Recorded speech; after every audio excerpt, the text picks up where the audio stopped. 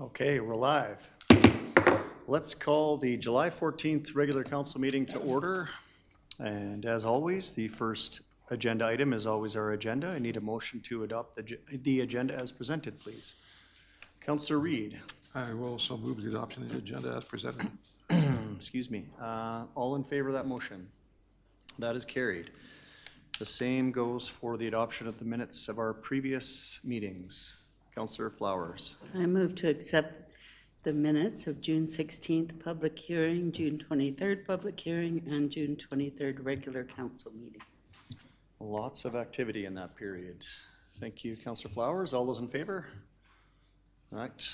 Concludes the adoption of the minutes. We do not have any delegations tonight. We do have a number of business items, all the way to, I think, a J. But let's start with 5A, 110702, Social Media Policy Amendment. Ms. Hubrecht. Good afternoon or evening or whatever it is. Good evening, Mayor Janang. Good day. Good evening, good day, Mayor Janang and members of council. I am pleased to be back with you tonight to discuss the proposed amendments to Cochrane's social media policy. The draft policy was shared with the council at the Committee of the Whole meeting on May 20th.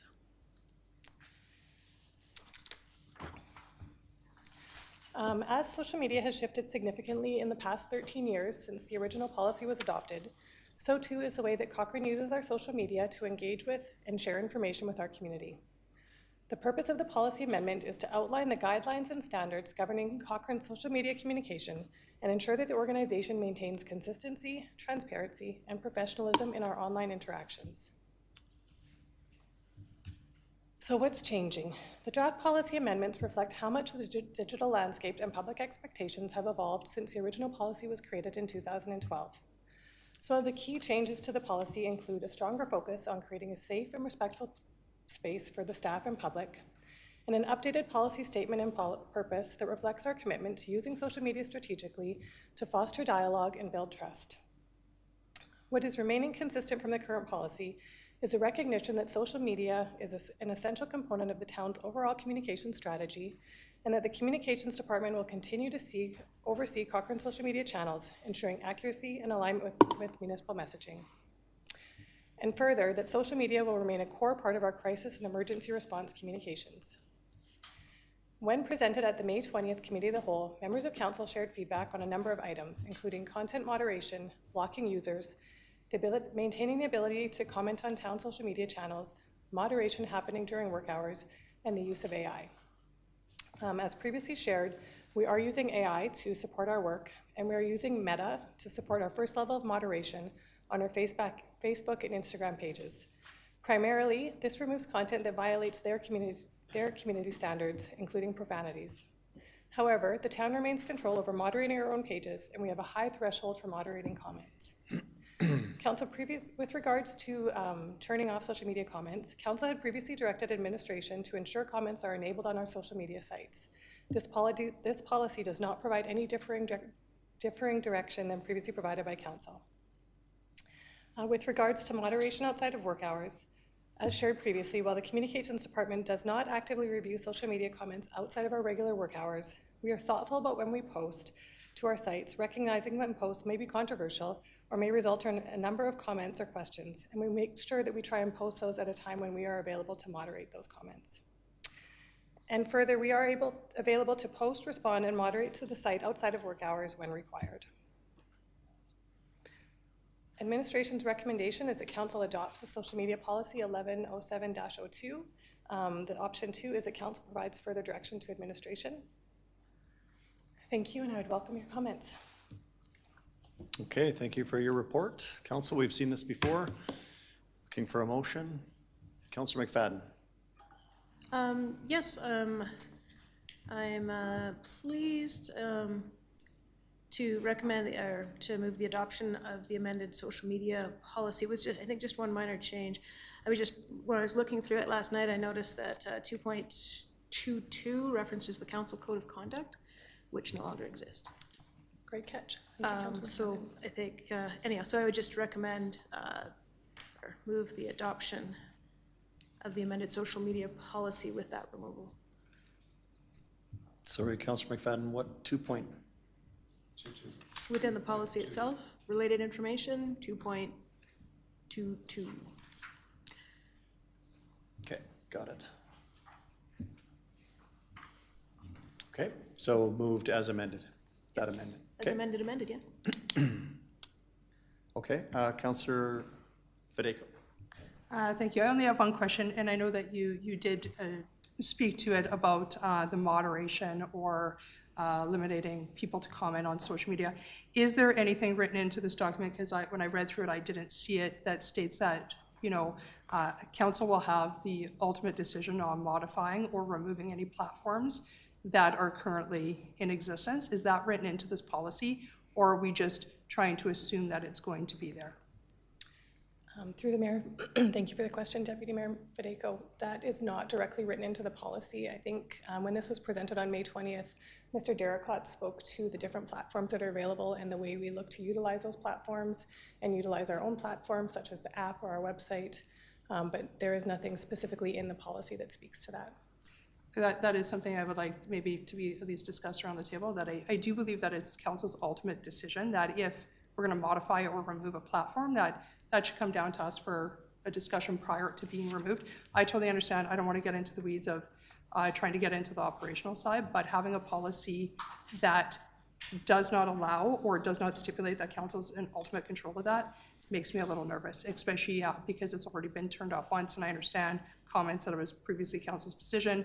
However, I would like to just have that removed, especially going into an election. Counselor Wilson? Thank you. The only part that catches my interest is the content moderation, and I know we've been down this topic before. I just hope we could talk about, I just heard a high threshold for banning comments. Is there anything in the policy that actually separates? I don't understand how we separate what we're going to consider profanity from uncomfortable facts. How do we determine the difference between those things?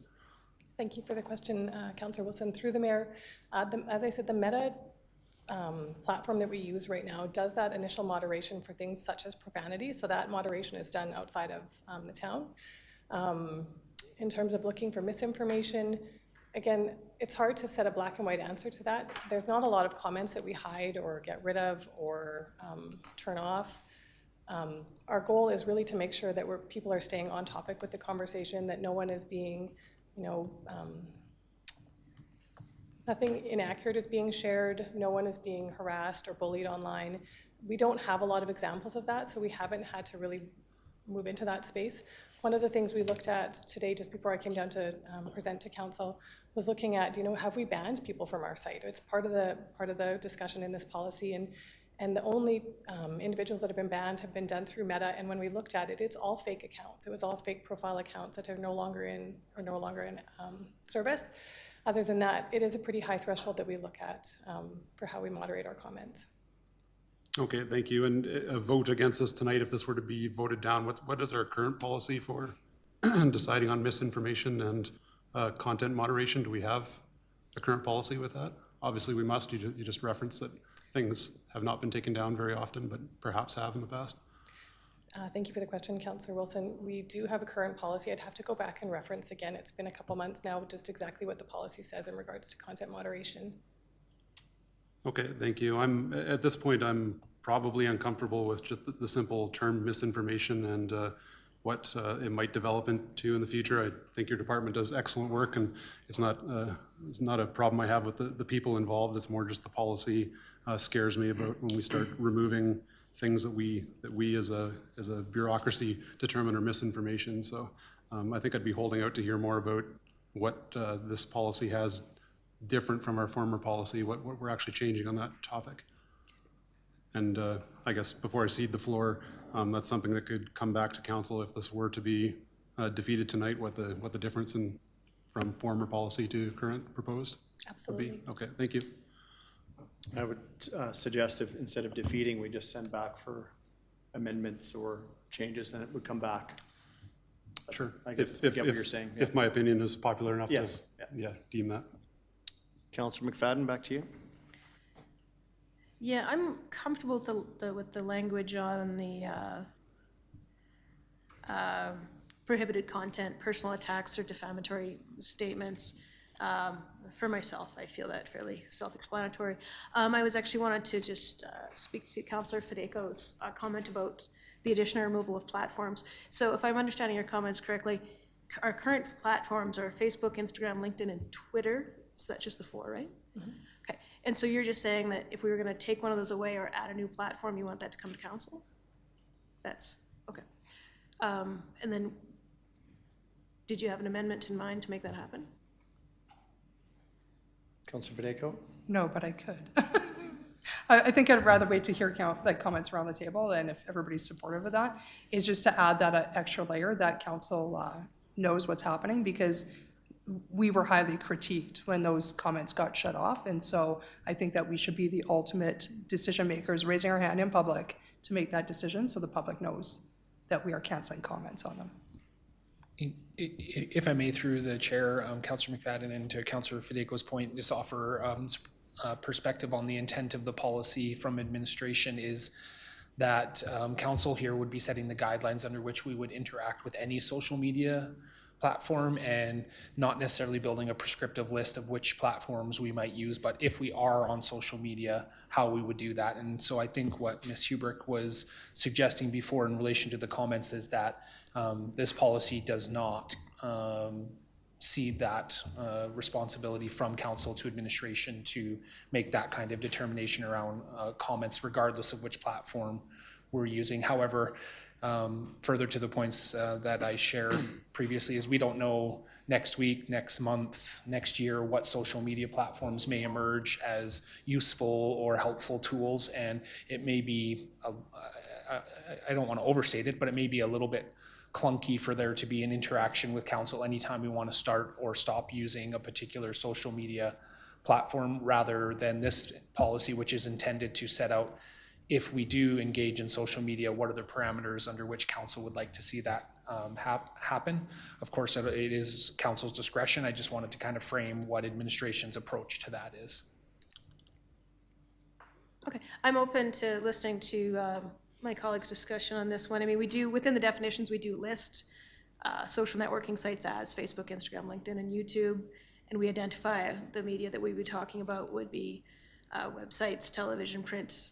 So we do list them a little bit, but I do hear, it does seem like an operational decision about which ones we use at the appropriate time. So be guided by my colleagues, but again, at this point, my only concern really is just the removal of that code of conduct from there. Okay, Councillor Nagel? I would support the move to give council control over which platforms we're using with lukewarm support. I'm in favor of it, but don't feel like it's a huge issue. But I just want to touch into the misinformation stuff that Councillor Wilson brought up. Is the term misinformation actually used in this policy? I was looking for it in the specific terms. I'm not seeing it here, though. Is it said somewhere that this policy would give our administration the ability to hide comments of misinformation? If I may, well, Kristen is looking through there. I will just say, we don't generally moderate opinions or information, mis or otherwise. That's not our intent. It's really more vulgarities or obscenities or the aggressive or harassing tone of a comment, not the content as part of it. Is there anything included in here for scams? I know people pumping cryptocurrencies and trying to ask you on a date and stuff like that. Like, does that all get deleted? Sorry, to answer your first question, Councillor Nagel, the prohibited content identified under section 3.5 specifically says personal attacks and defamatory statements, obscene or offensive language, or comments or questions that are not directly related to the information in the post. So there is not specific reference to misinformation. Okay. And so I think to your point, Councillor Nagel, we would remove if someone was trying to sell cryptocurrency on that's not related to our post in any way, we would remove that content on that basis, not a value or a content assessment of its veracity or truthfulness or anything like that. So that would just fall under bullet point 3. That's right. 3.5. Okay, perfect. Thanks. Councillor Reid? Yeah, I just want to say I'm in support of the policy as presented. I don't have concerns about the platform. I appreciate Councillor Wilson's comments, but I think it's covered easily in 3.5, and so I'm in support of the policy as presented. With the 2.2 removed? Yeah. Counselor Fideko, back to you. I guess in order to kind of clear it up so it doesn't sound like we're controlling the use of platforms or what's being used, it would be more to remove the ability that council has the sole decision-making to remove the ability of administration to remove comments from a platform that was previously enabled to allow comments. That would be something that I would look to have in there, because I don't want to determine what platforms we're using or what we're not going to use in the future, but if a platform was previously enabled to allow comments, that should not be an administrative decision to then fully remove them. That decision should come back to this council for approval. Maybe that helps to make it a little bit better. Again, it's not a hill for me to die on, but I do think that it is something that council at least should be aware of, and then if we choose to vote it through, then that is up to this council then to own publicly. Counselor Flowers? Yeah, I'm comfortable with the way it's worded. I think we've come a long ways, and I think you have good common sense when it comes to what to leave in and what to take out, so I'm happy with the wording. Just to sum up, I appreciate the catch there, Councillor McFadden, of removing 2.2, and I too am supportive of the policy as presented. I think some of the comments around controlling, monitoring and or moderating have been answered, and I'm happy with the way it's being approached. I think getting too prescriptive at this point is getting into the weeds of it, and council always has the prerogative to direct administration to do something different. So I think this is a really good start. I'm in favor of the motion on the floor. Don't see any other comments. So for clarity, Councillor McFadden has put a motion to adopt the amended social media policy 110702 with the removal of section or the bullet 2.2. Okay. All those in favor of that motion? Those opposed? And that carries. Thank you. Thank you, Ms. Hubrecht. 5B, 120602 Cochrane Community Grants Program. Welcome. Good evening. All right, good evening, council. Today I'm here presenting the final draft for the Cochrane Community Grant Program. On June 2nd, the policy was brought forward for feedback, and this evening I'm here with the revisions and seeking council's approval and endorsement on the policy and the funding allocation for 2025. As part of council's feedback at the June 2nd Committee of the Whole meeting, a few key refinements were made to the draft policy to ensure clarity and alignment with council's intent. First, the program has been renamed from the Cochrane Community Grant, renamed to the Cochrane Community Grants Program, replacing the previous Community Investment Grant Program name. Second, we have refined the evaluation matrix to better support strategic decision-making. And third, we've included clarification around multi-year funding. The 2025 budget allocations for each grant stream under the newly updated Cochrane Community Grants Program. So the total of $397,684 was approved through the municipal budget process and has been provisionally distributed across 6 funding streams based on the projected demand and policy alignment. As you can see, the community operational grants, youth innovation and engagement, and community projects have not been allocated, and the full amounts remain available. The event grant stream has already been distributed $120,000 of its $125,000 allocation, with $5,000 remaining for the transit opportunities for the community events. Community organization support has been awarded $3,500, leaving $7,000 still available. And finally, the legacy transition support, which helps organizations adjust to the new policy, has been fully dispersed at $157,457. Grant applications under the new policy will open in mid-September, with funding decisions expected by mid-October, allowing organizations time to prepare their applications and projects. Communication about the grant is being published during the summer months if this is approved. And as we move forward, annual allocations will be reviewed as part of the municipal budget process and will be informed by application trends, community feedback, and performance outcomes. This evening, administration is recommending that council approve the Cochrane Community Grants Program policy and endorse the 2025 Cochrane Community Grant budget allocations as outlined in the report. Thank you, and I'm happy to answer any questions you may have. Okay, thank you for your presentation. Council, I've seen this a couple times as well. Councillor Flowers, you have a motion? I will make the motion. There's a couple of things I just wanted to ask first. The legacy support under number 12, I think we should put the full names of the groups there, like the Cochrane Activettes and Boys and Girls Club new title, because they're just not quite accurate. Just a housekeeping thing. And then under 15.8,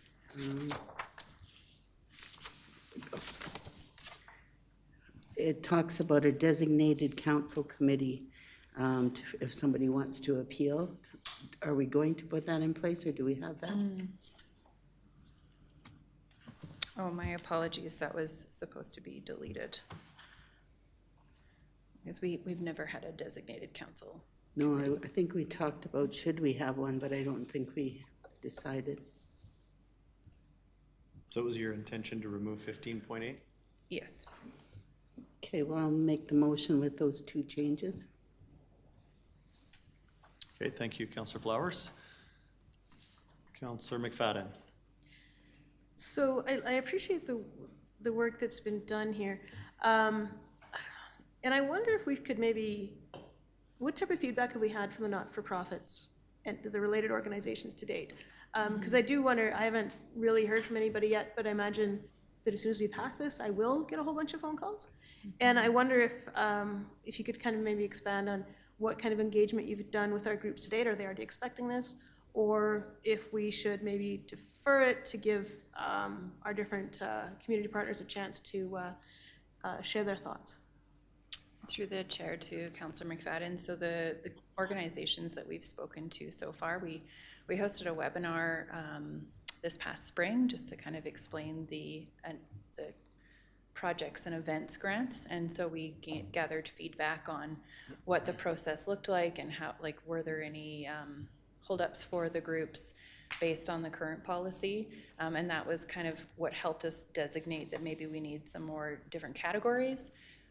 From an operational grant perspective, we have spoken to quite a few different groups that have come forward looking for funding, and they are in favor of having a policy that would help council make decisions, that would give them some clear guidelines on what they could be applying for a grant. Okay. And so have, in particular, like the legacy transition ones, so the Activettes, Boys and Girls Club, CHAP, Stockman's, and the Humane Society, they're all aware of this? Currently, this does not change anything for them under this policy. They would fall under the legacy transition, so no, we haven't spoken to them, but there is no change for them under this policy. Right. There is a 'cause they're gonna have transition 24 hours, that would be terrible, 24 months. Yes. For the transition piece. Okay. Yeah. I am interested to see what my colleagues would say. I am somewhat interested in having a chance to speak to the community partners, or at least keep my phone open to speak to some of the community partners, could kind of get some feedback on this. My other question, and I don't remember if this is where we were looking to solve it or not. We were talking in budget, and I serve on the FCSS committee, and every year that committee, in addition to it, gets tasked with raising additional $5,000 to $10,000 to support it, which takes like staff time and volunteer time to go generate a fundraiser. And so I was hoping that one of these conversations was going to help solve that. You know, either we would fund them to what they actually needed, so they didn't have to use volunteer time to go fundraise further, or whether they would be able to would they be able to apply on this? But it seems a little bit weird for one committee of ours to be asking, left hand asking the right hand for money. Any thoughts on that? Through the chair to Councillor McFadden, I'm not familiar with all of the details of the FCSS grant, but my right now we've built in that we wouldn't approve applicants that are currently being funded through the FCSS grant process. Okay. And so you're exactly right, one hand feeding the other. So we have made sure that we would be working with FCSS to understand who they're funding and what projects specifically they're funding, because there are organizations that they would apply for funding for one project through FCSS, but maybe a different project would be under this funding. And so we're constantly in communication with them. All of these grants that are within this policy are matching grants. So there is a matching requirement where they have to show us where they would be getting the rest of their funding from. I'm not sure if that answered all of your question, but I'm not familiar with all of the details around the fundraising and the staff time that FCSS does. I think I can add to that through the chair, Councillor McFadden. I think part of your question you already identified is a budget-related question where at any given year, council can evaluate whether or not there's enough, an appropriate amount of funds allocated to the program. This is more just to outline what the program would look like. The amount of funding in totality available would be decided in any given budget cycle. And so I think if the question is about whether or not there's enough money or resources allocated to the program, that one would be discussed each year at budget, and council can make a determination as to whether or not they wanted to increase the funding to this program. Yeah, I think we really need to kind of look at that FCSS, because every year that group, the FCSS committee, is kind of tasked with kind of trying to top up which they fund, which seems, doesn't seem like a useful allocation of resources, whether it's be volunteer time or staff time to support that. So I guess a further conversation, but I was thinking that was going to come back for a fuller discussion in this, but apparently I was wrong. So I'll leave it to my colleagues. I would be interested to hear if there's any appetite for my colleagues to maybe just defer this, just to allow me to have a little bit of time to keep my door open to the engagement from groups. Councillor Fedayko? Thank you. I only have one question. Going back to your comment about if an organization was to apply to FCSS for a grant, that it would automatically remove them, does that include one of the community event grants? Because there are a lot of these, a lot of the organizations that apply for FCSS funding, that's for something very specific that wouldn't be related to a community event. Does this policy then remove them for applying for funding for an event? It's a great question. Through the chair to Councillor Fedayko, no. So what we would do is we would be looking at the project specific or the event specifically. We have multiple organizations that do apply for both funding, but it's different based on the event that they're applying for, the project. Kiwanis would be a group where they get funding for their backpack program through FCSS, but then they also got funding for the bicycle safety program through this grant policy. So that would be an example of an organization where they're receiving funding from both streams, but they're two very different types of projects that they're working on that we're able to fund and provide opportunities for both of them. Back to Councillor McFadden's point, so I sit on the Seniors for Kids Society, and actually this very question came, and we were told as a board that they would no longer be allowed to apply for funding to host an event due to this new policy.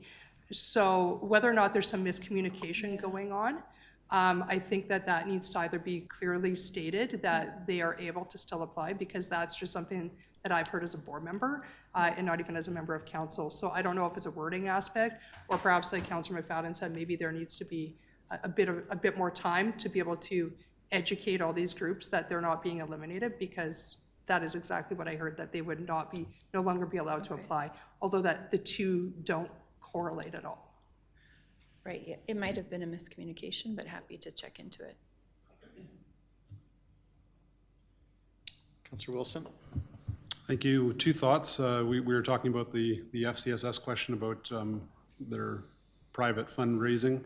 To my knowledge, when I asked that question when I was formerly on that committee, Councillor McFadden, I believe I was told it was a condition as part of the United Way that they actually had to raise some amount of funds each year, and I don't think that has anything to do with the town of Cochrane, but I'd also like to hear more about that, because of course that would influence how I felt about this. But other than that question, which I'll leave open and hopefully can come back to us about the private funding or the funding need for FCSS, and I don't even think it's an actual amount, if I remember. It's just you have to raise $1 or more to satisfy the United Way grant stipulations, I believe. So I'd like to hear more about that. Maybe Michelle, if you knew anything. Through the chair to Councillor Wilson, I would love to have more information. I'm not familiar with the agreement that we have with United Way. The FCSS grant is run through the FCSS department, so it is separate from this policy that we're speaking about.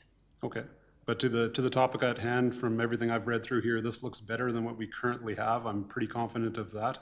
And so I'd be interested to see how it will actually roll out as rubber hits the road if we approve it tonight over the next year or two. But to my mind, this is better than our previous policy, and so I would be in support of it tonight. Councillor Reid? Yeah, Councillor Wilson summarized one of the points I was going to make. The other one I was learning about, Michelle, was point 17.1, that applicants may appeal funding decisions in writing to the committee of the whole within 30 days of notification. And I was hoping that we would eliminate that so that there'd be no political interference in terms of the decision and allocations. Well, what I like about the matrix is that it sets clear criteria not only for community groups, but also for council as well. Is that with Councillor Flowers' elimination of 15.8, would this also be something that you would change, or was the intent to actually be able to have people appeal to the committee of whole? If council chooses, I am absolutely able to eliminate 17. Okay. It was the committee, the council committee, that was the wording in 15.8. But if council would like, I can make sure that that is removed as well. Yeah, I think that I'm concerned about the political interference that's occurred in the past, to be candid, and wouldn't want to see that carry through to the future. I think it's one thing to talk about the amounts of money that groups would get, or even questions about those, but I think to actually be able to appeal to council, I'm just not in support of that. Councillor Nagel? I actually support the ability for the community to be able to appeal the decision. I think if a community event doesn't get funded and they want to try and come here and make a really good case as to why they should be funded, I would like to be able to hear that case and ask questions about it. Just because it's being appealed, I think doesn't necessarily mean it has to get approved, but I'd still be interested in hearing about it. So if we were going to add that, I would ask the chair, Mr. Mayor, if we could please call that amendment to a vote. Instead of I'm just not being... hearing it's an amendment yet. Oh, okay, okay. Thanks. Not seeing any other comments. I too would like to see 17 remain for all the reasons that you said, Councillor Nagel. I think ultimately it's going to come down to a budget decision.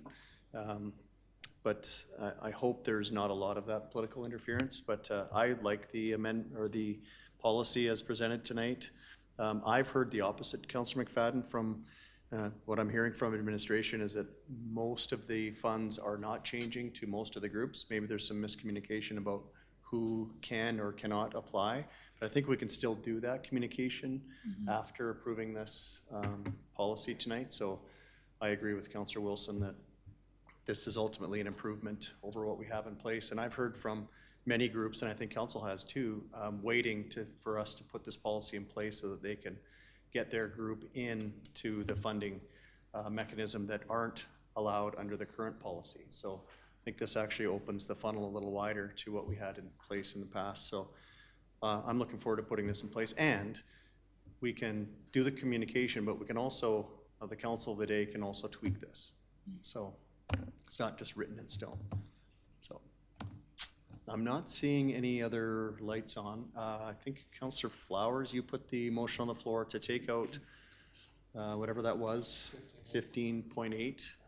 Other than that, there was no other, and the change to the language around the two committees. Other than that, as written. Everyone's clear? Okay, I'll call the question. All in favor? That passes. Thank you. Michelle.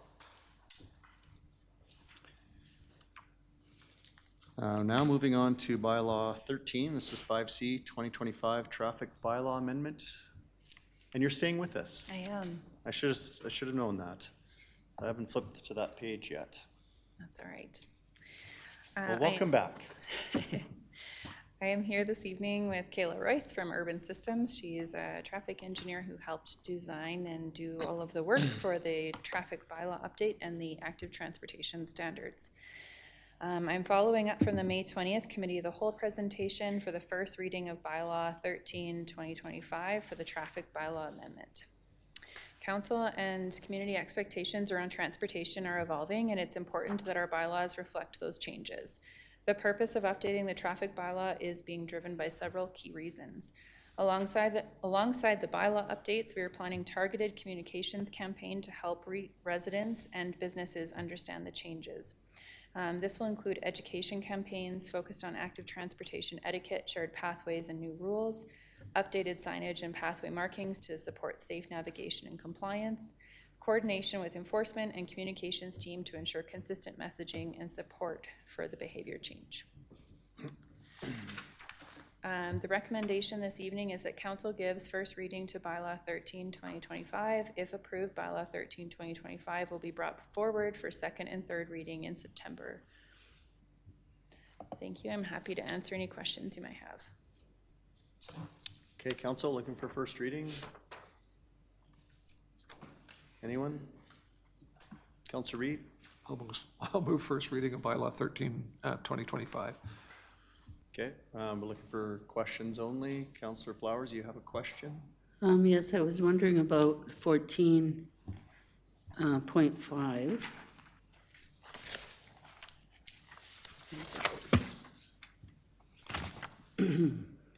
Passengers? Lots of people seem to ride those scooters with passengers, but that will be illegal?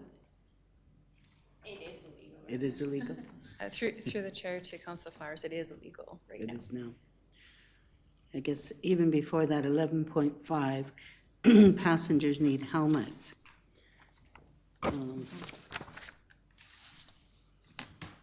That's on bicycles. Well, that's bicycles.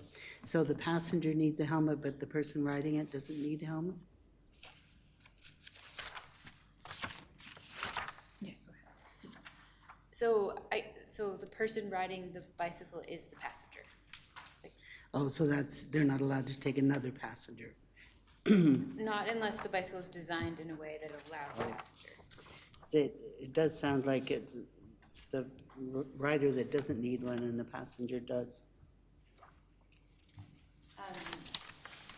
11.5. If I may, I think it identifies that basically that anyone under 18 who is either riding or as an operator or a passenger would require a helmet. I guess it was the word passenger that threw me. Yeah.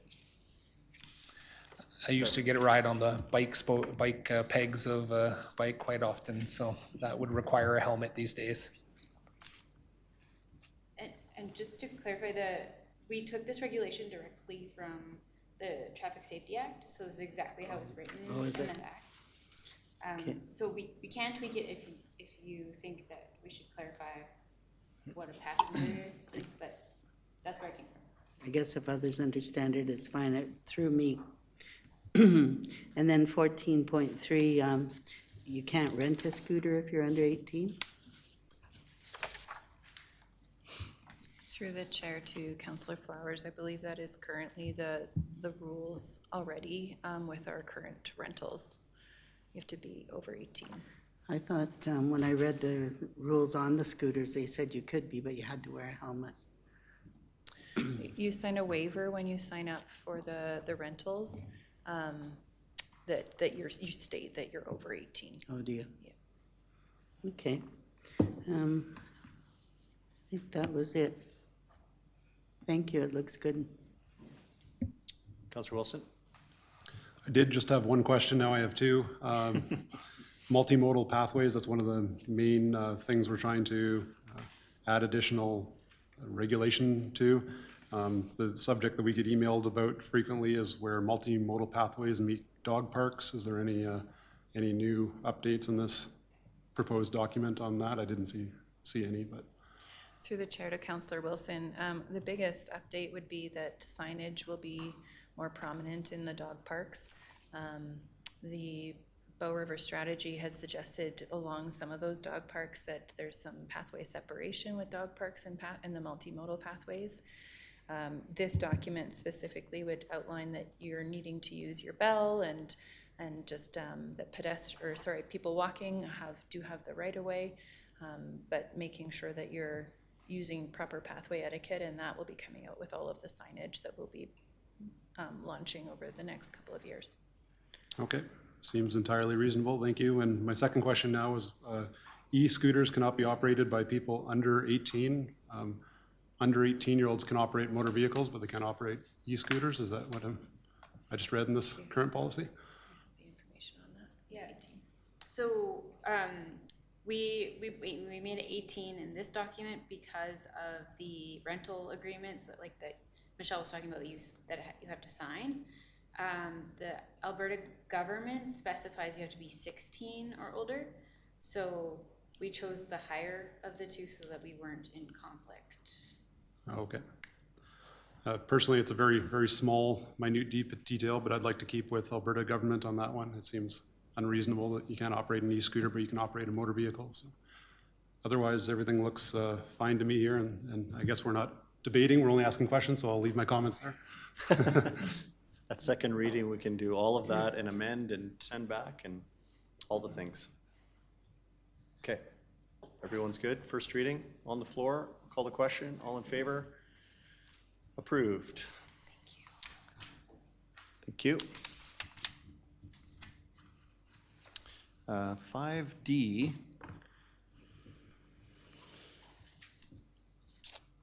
Bylaw 17, 2025. I'm with you. All right. So with this proposed bylaw update, with the proposed traffic bylaw update, there are now amendments that are required for the Parks and Open Spaces bylaw to ensure that there are no bylaws that are in contradiction of each other. And so the amendments on the Parks and Open Spaces bylaw only pertain to the areas that would contradict the traffic bylaw, creating clarity for pathway usage. However, a full review of the Parks and Open Spaces bylaw is planned for early 2026. The recommendation this evening is that council gives first reading to bylaw 17, 2025. If approved, bylaw 17, 2025, it will be brought forward for second and third reading in September for approval. And I'm happy to answer any questions you may have about this one. Okay, council, another first reading. Thank you, Councillor McFadden. Glad to help. I'll move the recommended action that council give first reading to bylaw 17, 2025. Seeing no questions, I will call the question. All in favor? That is also approved. Thank you. 5E is Glenbow Ranch Park Foundation. You're just going to hang out with us all evening? Yes. All right, I'm here following from the Glenbow Ranch Park Foundation delegation presentation that happened on May 20th. So as Cochrane continues to grow, we're seeing more opportunities to deliver services through innovative partnerships, and this potential MOU with the Glenbow Ranch Park Foundation represents a chance to activate the future South Bow Landing parks without expanding our internal operating model, balancing public access, environmental values, and financial responsibilities. This evening, administration is recommending that council directs administration to enter into an MOU with the Glenbow Ranch Park Foundation. This MOU would support early collaboration between the foundation, the town, and the developer of South Bow Landing. And I'm happy to answer any questions you may have. Appreciate the brevity. We have seen this. Thank you. Councillor Reid. I'll move the council direct administration enter into an MOU in collaboration with the Glenbow Ranch Park Foundation and exploration of program and services along the Glenbow Landing Park. And my question was, this isn't implying that we are committing ourselves to any financial implications. It's just that we're going into negotiations, and then that would later come back to council in terms of what those services and commitments would be then, right? That's correct. Through the chair to Councillor Reid, this MOU would essentially outline that we would work in collaboration with Glenbow Ranch Park Foundation to evaluate potential programs and services that may be available on South Bow lands. There's no financial commitment. Okay, thank you. Okay, everybody seems to understand what we're doing here. I'll call the question. All those in favor? That is carried. Thank you. Thank you. Okay, that concludes your part of the show tonight. 5F is civic leadership and engagement. Call on Mr. Blanchette.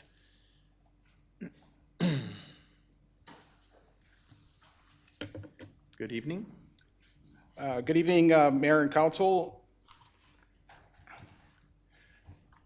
This evening, in response to Councillor McFadden's notice of motion, I'll provide a high-level summary of the feasibility of 5 civic leadership and engagement initiatives under consideration. The purpose is threefold. First, to briefly share what each individual initiative involves. Second, to outline the estimated costs and resource needs, implications. And lastly, to seek council's input on which initiatives, if any, you'd like administration to explore further. So the 5 initiatives are as follows. Leadership Cochrane, a program to build civic literacy and leadership among residents. Community Association Engagement Terms of Reference, a formal framework to strengthen engagement with community associations. Mayor's Youth Council, a youth advisory group to build civic knowledge and provide feedback on town business. Youth representation on council committees, appointing youth members to advisory committees for a youth voice in decision-making. And lastly, a citizen panel, a resident panel for deeper input on complex municipal matters such as budgets and planning. These options vary in scale, complexity, and cost. So, estimated cost per year or project. Here's a snapshot of the estimated cost for each initiative.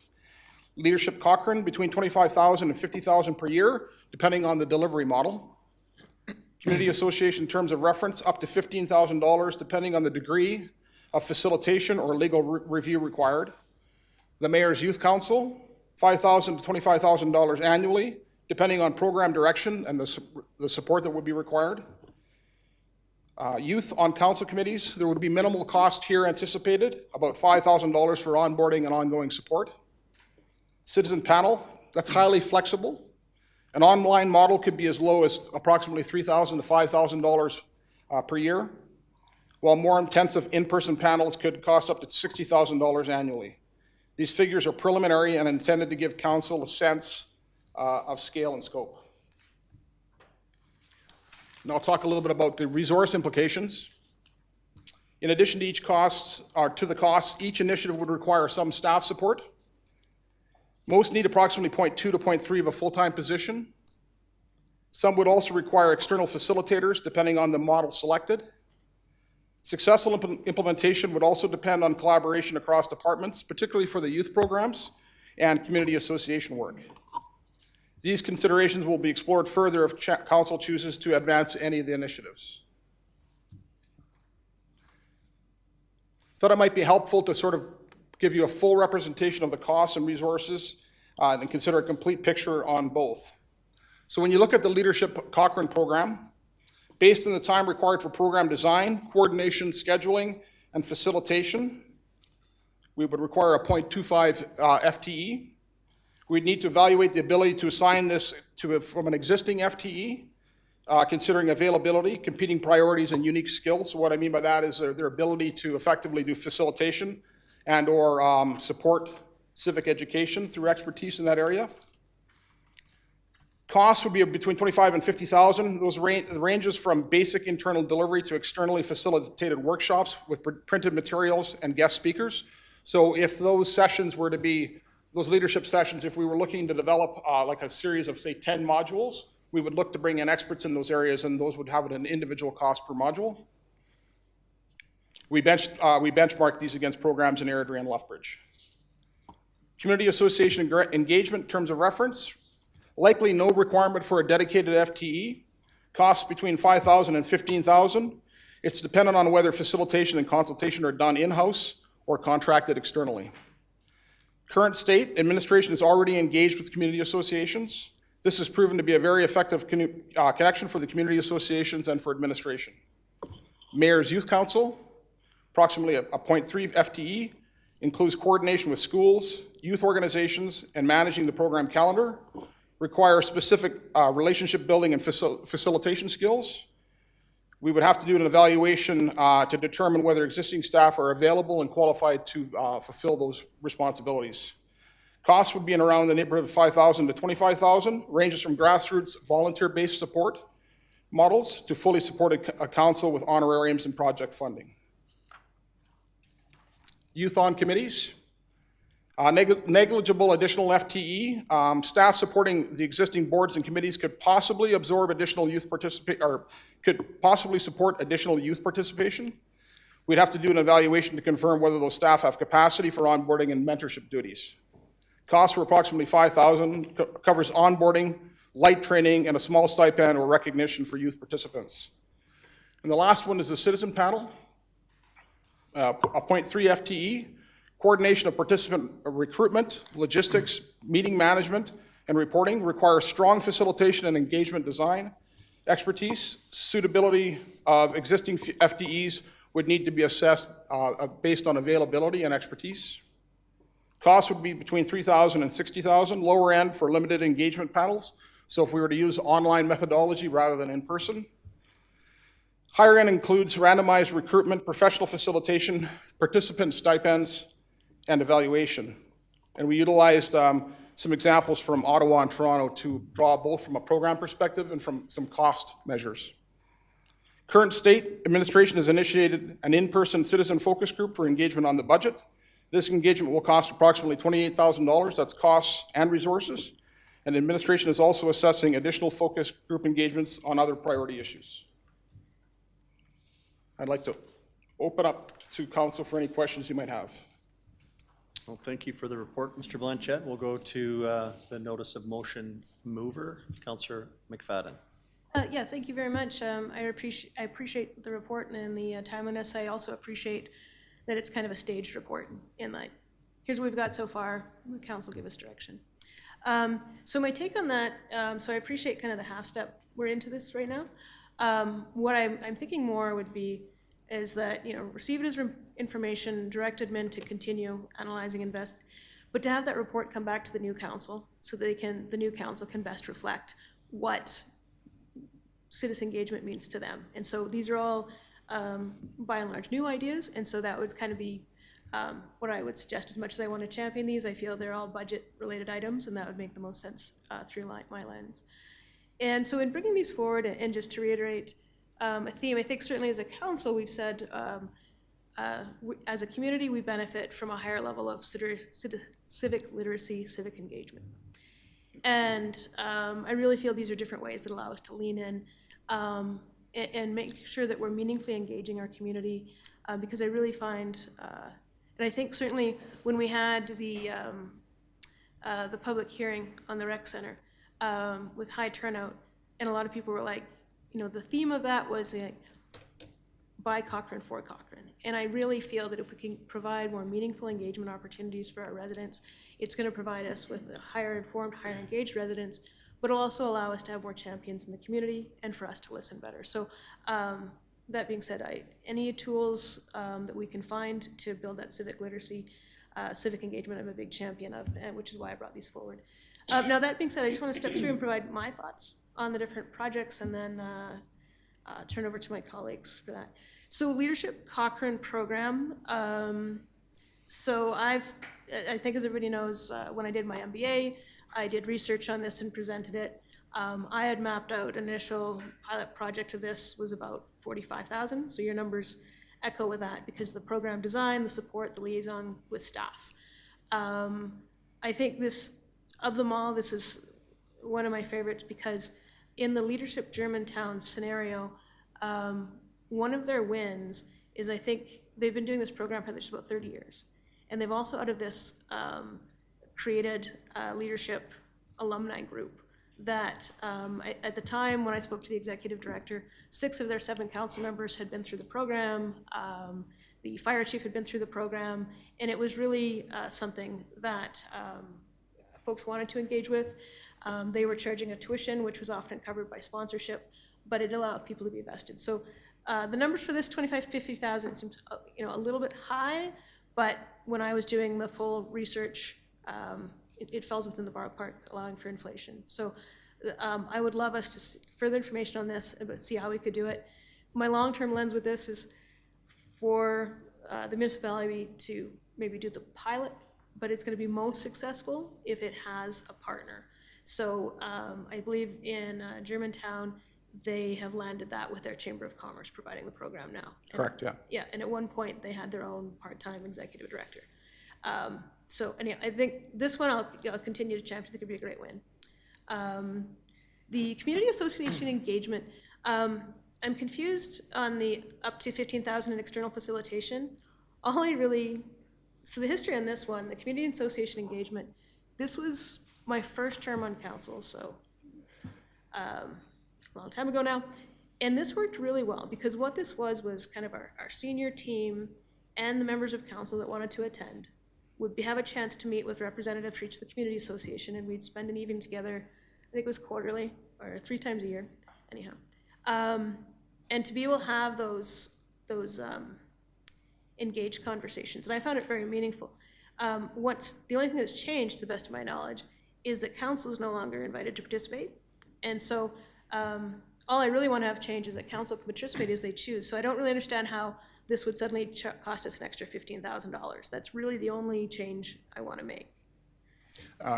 Through the chair to Councilor McFadden, some of that would be, I think what would be really critical is establishing a really good terms of reference. So you would want to look at that from a legislative and a legal perspective, just so you have good groundwork, particularly if you're going to involve council and administration in that process. And of course, it's up to 15,000, depending on how it's facilitated and how those terms of reference are brought, it may be less than that. So I volunteer to write the terms of reference for free and say 15,000, because I don't really think that that's something that we need to bring in an external consultant for. So I'm going to push back on that one. My big change here is I really want to ensure that council has the ability to participate in this. And so that's why I was suggesting the term of reference, so that we could put it in language, because right now it is an informal engagement process. But I think any of the ones that I ever participated in, this was highly valued by the reps, and I think was a great two-way conversation. The Mayor's Youth Council, again, this looks to be a bigger project than I was envisioning. I know the Boys and Girls Club at one point kind of led this as one of their programs, and so I certainly don't see this being a $25,000 annual program or needing a 0.3 FTE to facilitate. I mean, based on our staff working 37 hours a week or something, that's over 550 hours of work to have Mayor's Youth Council. So it seems an overreach. Mostly my goal here was, the mayor, the staff member, sit down, perhaps quarterly, 3 times a year with the youth, have a pizza party, maybe t-shirts, whatever. So the vision I had for a Mayor's Youth Council, yes, to engage them, but whatever the delivery is for 25,000 is beyond the scope of what I'd envisioned. So like I said, I would tap that in at below 2,500 for pizza parties or whatever the youth need. I know one point I'd have a great conversation with the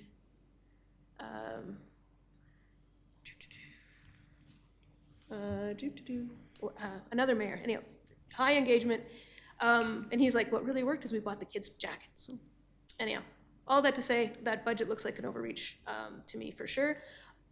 Having a Mayor's Youth Council where they can do it in a partnership or with existing resources is where I lean on that. And that one always depends, of course, if the mayor of the day wants to engage. I've always thought that would be really beneficial. Now, and the youth representation on the council committees, again, I'd push back on a budget for this. I have on the Parks and Rec Committee 2 youth members. They're non-voting members, and between myself and the staff and the committee members, we've onboarded and support them, and they provide actually a high value because they provide the youth perspective, which is great, but they're a little bit more comfortable asking the question of, I don't actually know what an LUB is. Can you expand on that? And I actually find our adults are a little bit less willing to admit they don't want to know what an LUB is. And so we managed to educate each other together. So I really push back on any budget being needed for that. That should be done with existing resources. The citizen panel, I would look forward to a little bit more information on what might be possible here. I have to admit my initial vision was a standing deliberative panel. I think that would be great for us to be able to engage with folks on rising items of the day that you can never predict. But I'd like us to do something there, so I'd like a little bit more information there. So an online panel at the bare minimum. A single issue panel I'm not particularly interested in. The vision actually was some sort of a standing deliberative panel, and whether that's online or some sort of blend. Yeah, and I appreciate the peer examples you had there. I'll spend some time researching those. So I appreciate the work done on this.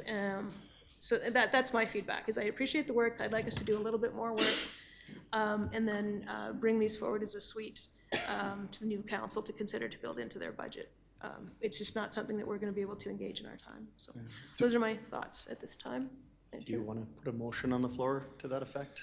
Sure, but have you seen the recommended action? It's like But to what you said? paragraph long. Okay, recommended action. I move that council receive the supported information and direct administration to further analyze and assess the 5 proposed civic leadership and engagement initiatives as listed, with a focus on strategic alignment, resource implications, and potential risks.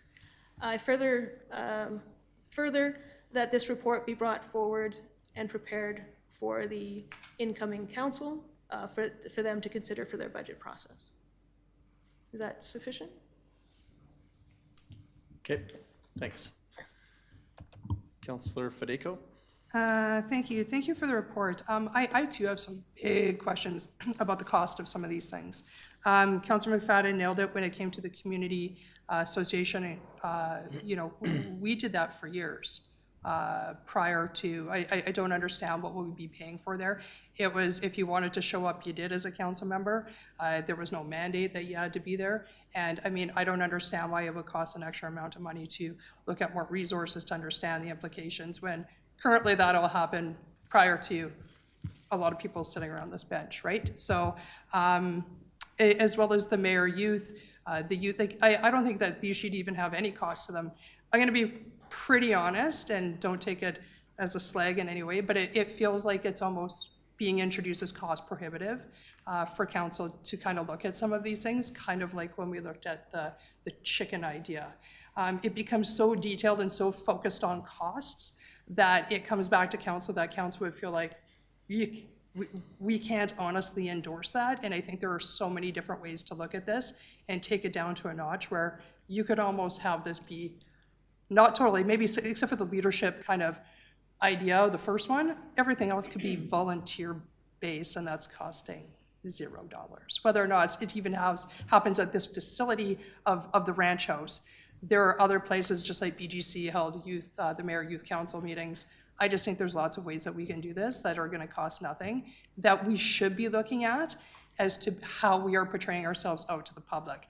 The public has clearly spoken that this council, they would like to see more engagement. They would like more opportunities to interface with council. They like more opportunities for their questions to be heard, their thoughts to be heard. And if we put up big costs like this, it just says, sorry, it's prohibitive, not accepted. I think let's find some ways, and I agree, I don't think there's any point on this council voting on it. We're kind of out of time, but that should be the first thing that comes in front of that next council, and then to take a look at this and figure out a way for it to cost nothing. We don't need facilitators to run these things. You just need people that are good people to volunteer their time, and we've got lots of those in the community. I think before everyone goes around the table and criticizes administration on how much it's costing, I'm reading it as it's up to council how much it will cost. It could cost 0 or up to 15,000 depending on what council chooses at the time. So I'm hearing what you're saying, but I'm not hearing that's, correct me if I'm wrong, Mr. Blanchett, I'm not saying, please. Yeah, through the chair to both Councillor Federico and McFadden, absolutely. I mean, if it all depends on what the scope of the program is as to what we can deliver, for sure. So what we're doing here is benchmarking against existing municipalities that are delivering similar services and programs. So that's what that is. They may have more of a Cadillac version than what's envisioned here by our council, and we could look at that in a directly proportional way. But what I could only give you is that which I know the costs are for similar programs. And could we save around FTEs? Possible. Could we save around resourcing and volunteers? Possible. But what we don't have, or what I don't have at this stage, is sort of what are the priorities and what are the scope of the program. Then we can give you some more, I would say, evaluated information on that basis. So it's not to put a sticker shock on that by any means, but that is what's out in our communities or across the country really at this time. With greater direction and more scope, we can certainly come back with more refined numbers. Did you have a further comment? I appreciate that. I don't want to seem like I'm critiquing and coming down hard-handed on it. Just, I think that chart is very alarming to the public, and even I'm seeing it for the first time, broken down like that. Maybe it would have been better to say like 0 to $30,000, right? Like, but having any sort of range like that does become shocking to the general public, right? And I want us to be very careful that there's lots of ways to explore this. And I agree, you don't have enough time to be able to come forward with a detailed plan of how to make that happen. So it's not a critique to you. It's just that that's what's now seen in the public eye. And then if council doesn't support it, then it looks like we just don't support community engagement. And that's the least of the things that I want people to understand from the public. Yep, good clarity. Councillor Flowers. Okay. The number 2, community association engagement. I really miss that since we stopped doing it. We've all been involved with that back in the day, and there was a lot of benefits from it. I'd love to see a motion tonight that we start that up right away again. We've talked about it for a couple of years and nothing's happened, so I'd love to see that move forward, and I don't think we need to spend very much money on it at all. The Mayor's Youth Council, we did that quite a few years ago. It was FCSS that actually organized it together with the Boys and Girls Club. I think Councillor Nagel has memories of sitting on that. Yes. So there was a ton of work did go into it. We didn't ask for any extra budget money.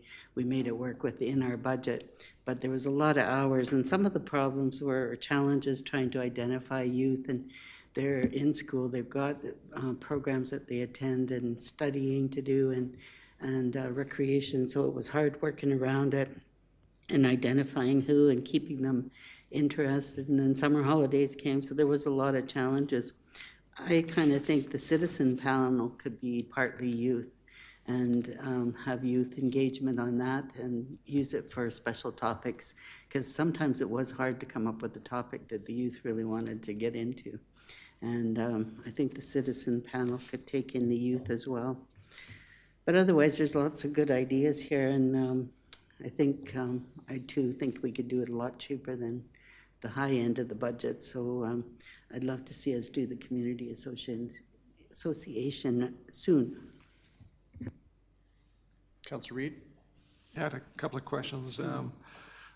For me, in the world of good, better, best, I just don't know how much time as a council member I would want to see invested in all of this. I think there are some things that are interesting, and so taking the liberty of doing so, I contacted a colleague of mine in Winnipeg about the leadership one, and their comment was that it was a specific councillor who championed that. And while it had there was some initial interest, they've struggled with participation, the participants' commitment, and subsequently with getting anybody to enroll in it. So I'm not in support of that one. Likewise with the citizen panel, through a friend of a friend, I contacted them and questioned about the Toronto Planning Review panel. And it has been completely hijacked by focus and interest groups. And so I'm not in support of either of those two. I, like my colleagues, think the community association, we could do as we did in the past. It was low-key, it was informative and of value, and so I'm in support of that.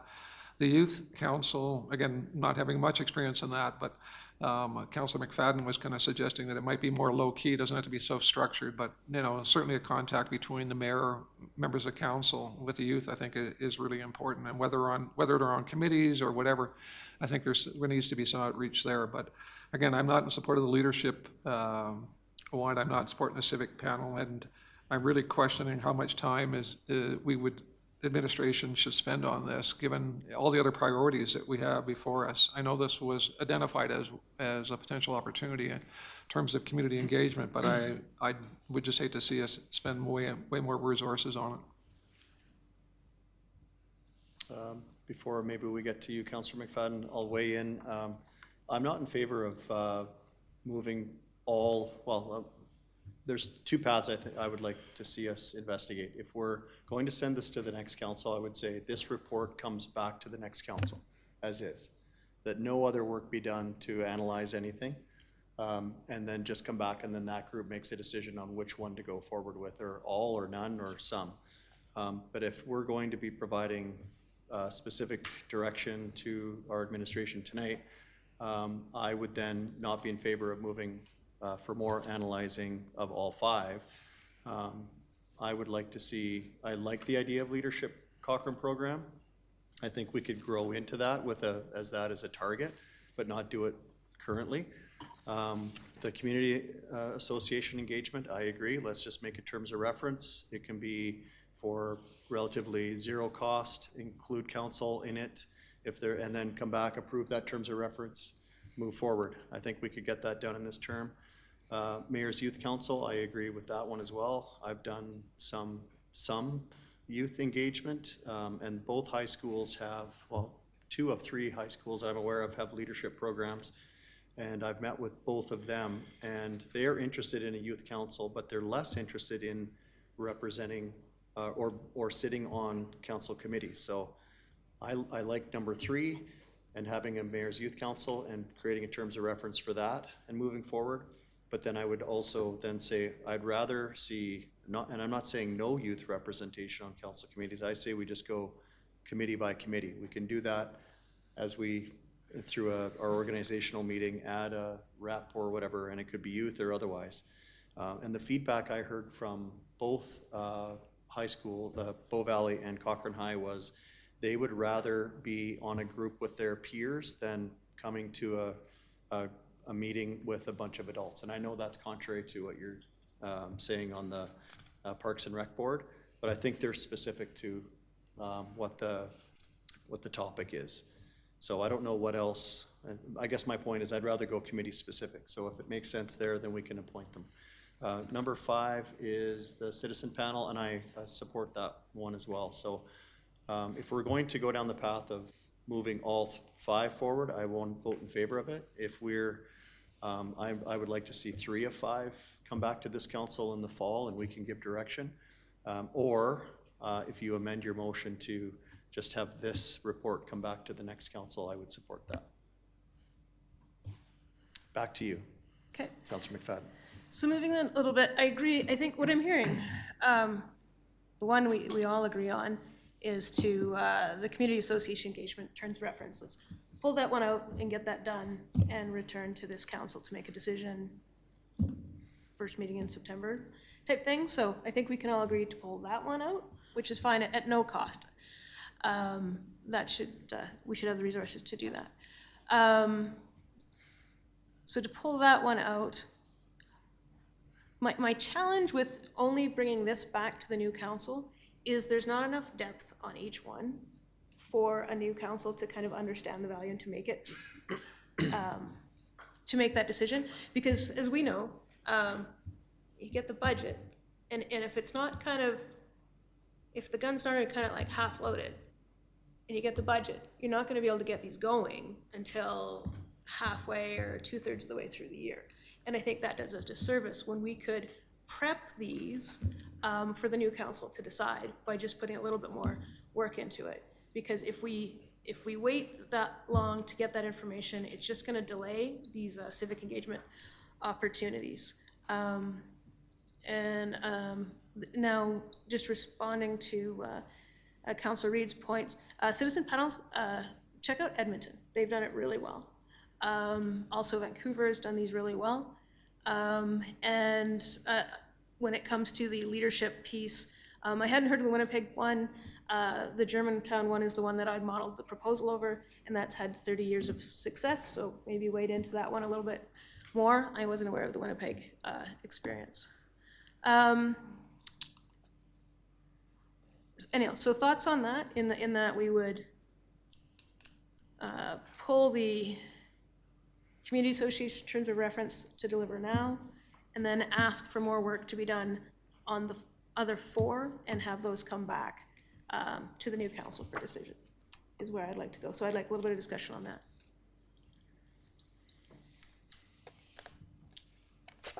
Councillor Wilson, you gonna bite? Sure, I've been listening attentively. I didn't come into this with any preconceived notions. I wasn't sure exactly how I felt about any of the 5. I think I've been persuaded on number 2 that it makes sense to send administration off to at least do a terms of reference with that. I think that is time well spent, which translates into money, of course, but what gives me confidence is we used to do that during my first 4 years around the council table here, and I thought it was relatively, or at least marginally, useful and successful, and so I could see the utility in moving forward with that. The other 4, I think I would just like to push to the whims of the next council. I see I see that as being probably the best path forward. I don't want to spend any more time having administration march down any of the other 4 until a future council says yay or nay on whether they want any of the 4 programs or none of them. And at that point, if I happen to be one of those councillors, I'm sure I'll have an opinion at that point. But for now, the only one that I would give support for would be the terms of reference for number 2. I can see some utility there in our the twilight of this term for this council. So there's my take. Okay, I align pretty much bang on with what you just said, Councillor Wilson. I don't know if that helps you, Councillor McFadden, with your motion, or if you want to stray from, currently you have dig deeper into all 5 and come back to the next council.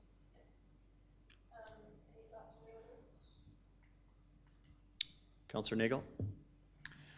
I'm a little unsure what to do about it all. I agree that the community association engagement in terms of reference, I think that has my support, so has everybody's support up here, I think. I'm just not sure what to do about it all, because I feel like the way it's being positioned is that this is gonna hit the new council right away as soon as they get reelected. And I just feel like that council is gonna have so many ideas of their own following the election.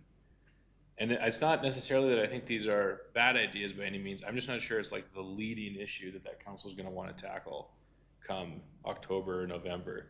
And so to have administration put together a great big presentation with a whole bunch of depth to it, and then ask for a decision as soon as they get reelected, I'm not sure where I land on that. So I think I like the middle ground that I'm hearing from Councillor Wilson and Mayor Genung, that move forward with number 2, which I think everybody likes, and then just bring it back for further discussion with the new council and kind of do a smell test or whatever you want to call it. Yeah, I think. Not seeing any other lights.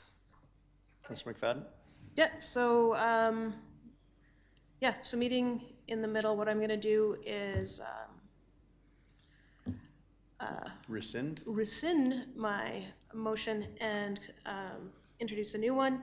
The essence of it is that we direct admin to develop the community association in terms of reference and report back there, and that this report be brought back on the other 4 items to the new council once they're elected.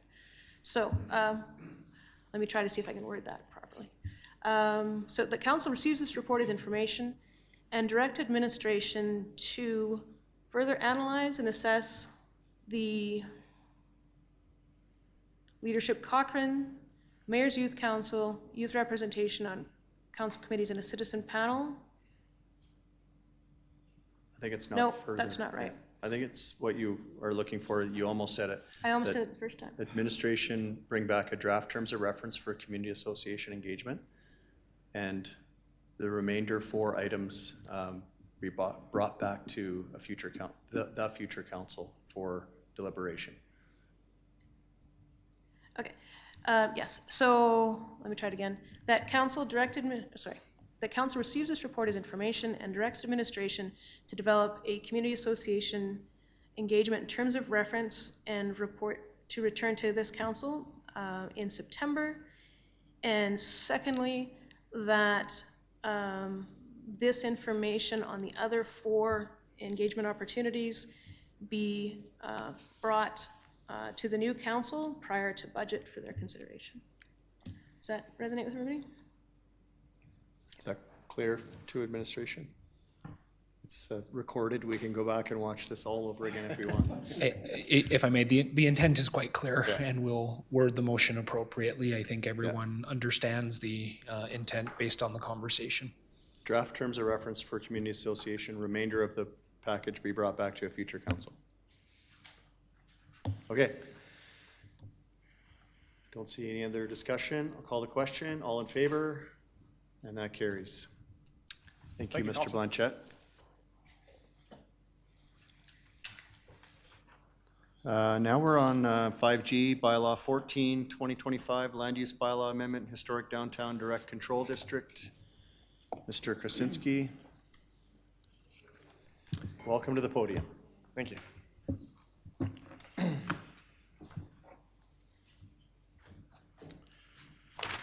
Good evening, Mayor and members of Council. I'm here to present bylaw 14, 2025 for a decision this evening. Bylaw 14/2025 is for a land use amendment application submitted to Cochrane, which is proposing to amend the land use within the land use bylaw to a newly created direct control district that enables automotive focused business uses within the historic downtown. If approved, the land use change would go on to inform decisions at the development permit phase. The land use amendment application is specific to 3 parcels located within the historic downtown. The maps on the slide indicate where those properties are located within the town of Cochrane. The subject parcels are located within the historic downtown at 217 and 221 2nd Street West, as well as 216 3rd Avenue West. The parcels are shown in green on the slide and are located south of Highway 1A and north of the Family and Community Support Services building. The subject properties are currently zoned Commercial Historic Downtown, which is identified in bright pink on the slide. It is a commercial land use district specifically used for properties located within the historic downtown area. This is the historic downtown district, which currently applies to the subject properties.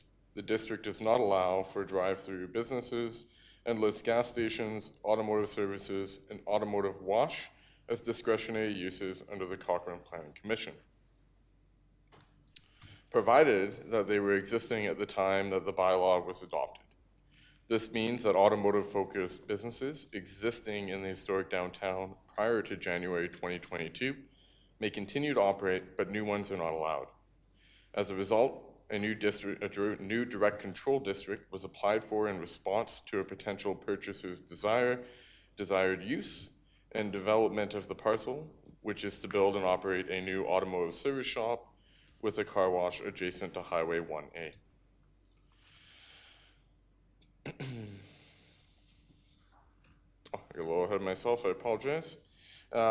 This is the list of proposed uses within the direct control district. When creating the district, the applicant used the historic downtown district as the base with amendments to the permitted and discretionary uses.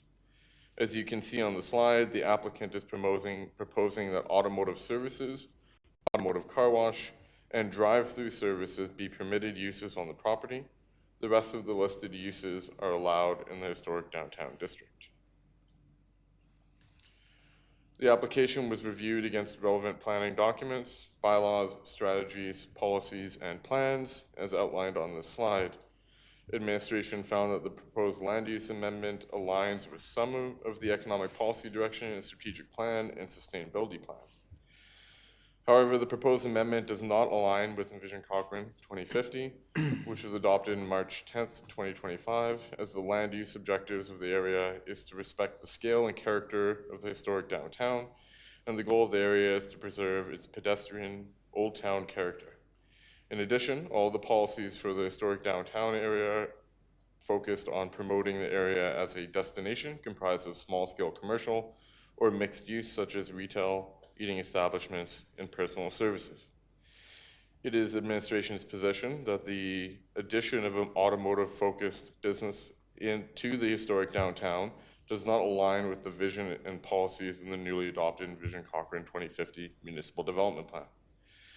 The proposed application was reviewed against the Downtown Area Redevelopment Plan, which was adopted in 2005, and states that new auto-oriented commercial development should not be located within the downtown except along the north side of Railway Street. The document also states that the objectives of the downtown are to ensure strong pedestrian and vehicle linkages, as well as encourage development that is in keeping with the Cochrane small-town character. As a result, administration found that the application is not in alignment with the Downtown Area Redevelopment Plan. Finally, administration found that the proposed land use amendment is not in alignment with the regulations and intent of the land use bylaw, which is the reason for the proposed application. The value proposition on this slide provides a summary of how the proposed direct control district compares with the current historic downtown land use district and other planning policies for the area. The proposed district creates no change to connectivity as sidewalks already exist adjacent to the property and no new enhanced connections were proposed by the applicant. The proposal results in a decrease to the policy guidance of being pedestrian friendly, as the new uses are automotive focused, which would result in an increase in vehicular traffic in the area, putting additional pressure and strain on the road network, which is likely to reduce the pedestrian-friendly nature of this area by increasing the likelihood of conflict between pedestrian and vehicles, which is contrary to the intent of the historic downtown as a pedestrian-friendly area. The proposal will create a negative change to the compatibility with the historic downtown, as the policy intent is to have small-scale retail and office uses, as well as food and beverage establishments. However, it should be noted that if approved, the applicant will have to adhere to the Western Heritage Design Framework when designing and building on the site. It is administration's belief that the proposal will have no impact on the desirability of the historic downtown as a destination, as the proposed development has limited regional attraction value with minimal draw for outside visitors, and the intended use is automotive focused, with customers primarily remaining in their vehicles during visits. Finally, the proposed application has little to no impact on Bryan, the municipal tax base collected, as the proposed use is within the lowest value per hectare building type presented by Urban 3 last year, being single-story commercial. Overall, administration believes that the value proposition of this application would result in a negative impact if approved. As part of the standard application process, the public was notified of the application through 2 notice of application signs that were posted on the property. A photo was provided on the slide, and letters were mailed out to adjacent landowners. The application was also formally circulated to town departments and necessary referral agencies. We received 2 concerns from town departments and 1 response from adjacent landowners. The fire department was not supportive of a repair shop adjacent to a multi-story residential development, and Rhodes was concerned about the impact on street parking within the area. The Cochrane Society of Housing, who is an adjacent landowner, is not supportive of the proposed application, as they have residential units with balconies that face the proposed development, and the proposed uses would create a potential for a nuisance. The second concern was that access to the subject properties is currently through an easement, which they had concerns about its ability to accommodate. In addition to the above consultation, the proposed bylaw was subject to a public hearing, which was held on June 23rd. During the public hearing, council heard from the applicant and the landowner, who spoke in favor of the proposed application. The landowner mentioned that they thought that the proposed concept fits the location, given the history of the area, and believes it will enhance the downtown without affecting the overall objective of the historic downtown area. The landowner also mentioned that they felt the proposal is the highest and best use for the properties, and that it functionally fits, is visually appealing, and financially beneficial to the town. The applicant spoke to their proposed business. The applicant also spoke to their proposed business and how they intend on operating. They indicated that that they are able to adjust the architectural design of their building to meet the Western requirements of the town with a modern flair. They also stated that the proximity to the highway is a benefit, and that current traffic flow on the site works well for the proposed business, as customers don't need to drive downtown if they do not want to. 3 members of the public spoke against the proposed application. The chair of the Cochrane Society of Housing Options spoke against the application, as it would affect the residents of the Homestead building due to the increase in noise and vehicular traffic. They also expressed concerns and were not supportive of this type of use as a gateway to the community. They felt the proposed building was nice, but that it should be located elsewhere in town. 2 members of the public and residents of the Homestead building also spoke against the application due to the potential increase in noise and traffic, which they believe will impact their quality of life and enjoyment of the residents. During the public hearing meeting on June 23rd, there were some questions asked to administration that we are hoping to provide answers to today. First off, the landowner of the subject property mentioned that they were not notified of the change in land use back in 2022. Administration investigated this and found that we held multiple engagement sessions, conducted multiple surveys, notified the public through multiple social media posts, and notified all landowners through the notifications in their utility bill. The second question was from Councilor McFadden, was with respect to a drug control district. As planning services runs an applicant-driven process, This was the applicant approached administration to know how they could change the regulations to allow their business on the aforementioned process, on the aforementioned application. Administration gave them two options, which was to pursue an amendment to the full land use district of historic downtown, or to propose a direct control district specific to this property. Administration had indicated at those meetings that we're not supportive of either options, as they did not align with current approved policy and direction. And we advised the applicant that the best option and most likely to succeed would be to consider a direct control district, which would allow council to make that final decision. Thirdly, the chair of the Cochrane Society of Housing indicated that they did not receive an adjacent landowner letter during the circulation period. Administration did investigate this concern and was able to verify that there was an error and omission in distributing it. However, due to some of our redundant processes, for example, the notification sign on the property, that adjacent landowner was aware of the land use change application and was able to both submit written comments as well as participate in the public hearing. So just an example of some of our redundancies working well in the event of some unforeseen oversight. During the public hearing, Councilor Federico also asked if we could clarify where automotive services and automotive washes could locate within Cochrane. There are several land use districts that allow these uses as either permitted or discretionary, which include General Commercial District, which is shown here in bright red, the Highway Commercial District, shown in dark red, the Business Industrial District, which is shown in light purple, and the General Industrial District, which is shown in dark purple. As you can see on the slide, the new downtown area located south of the railway tracks and north of Griffin Road, as well as industrial area all have land use which could accommodate automotive-focused businesses. There are also lots located within Greystone that could accommodate this type of development.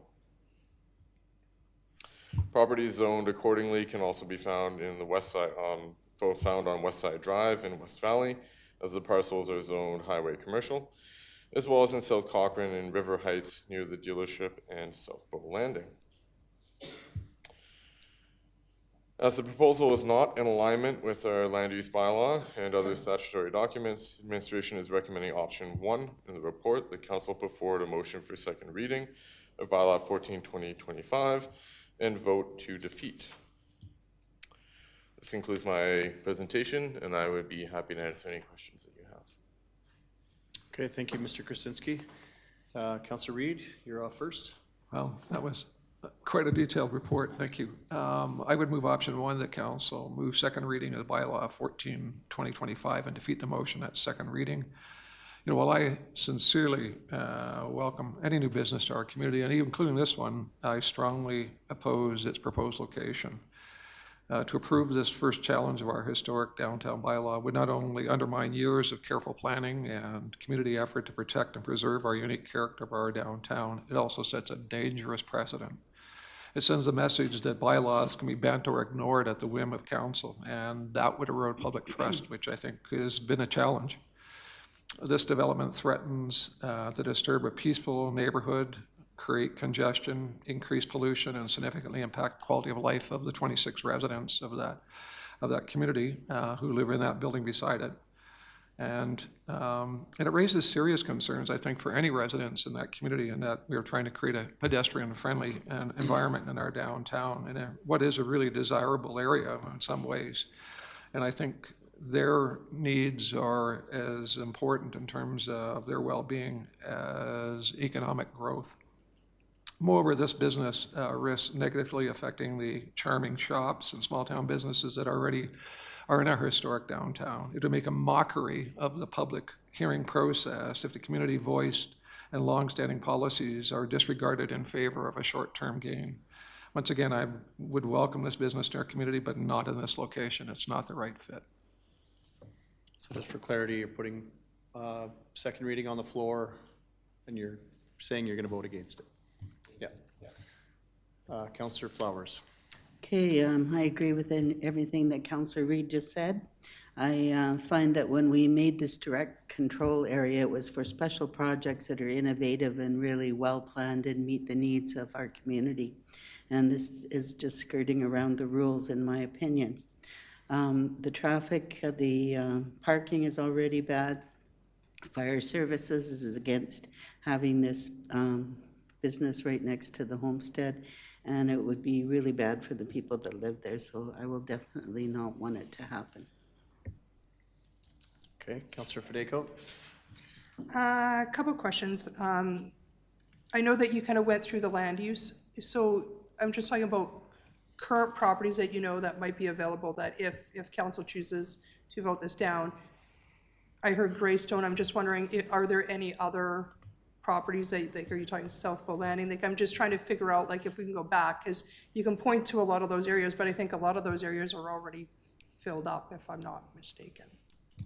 Through the mayor to Councillor Fideko, there are always opportunities. I think although a property is developed, I think there's always opportunities for what that future development could be.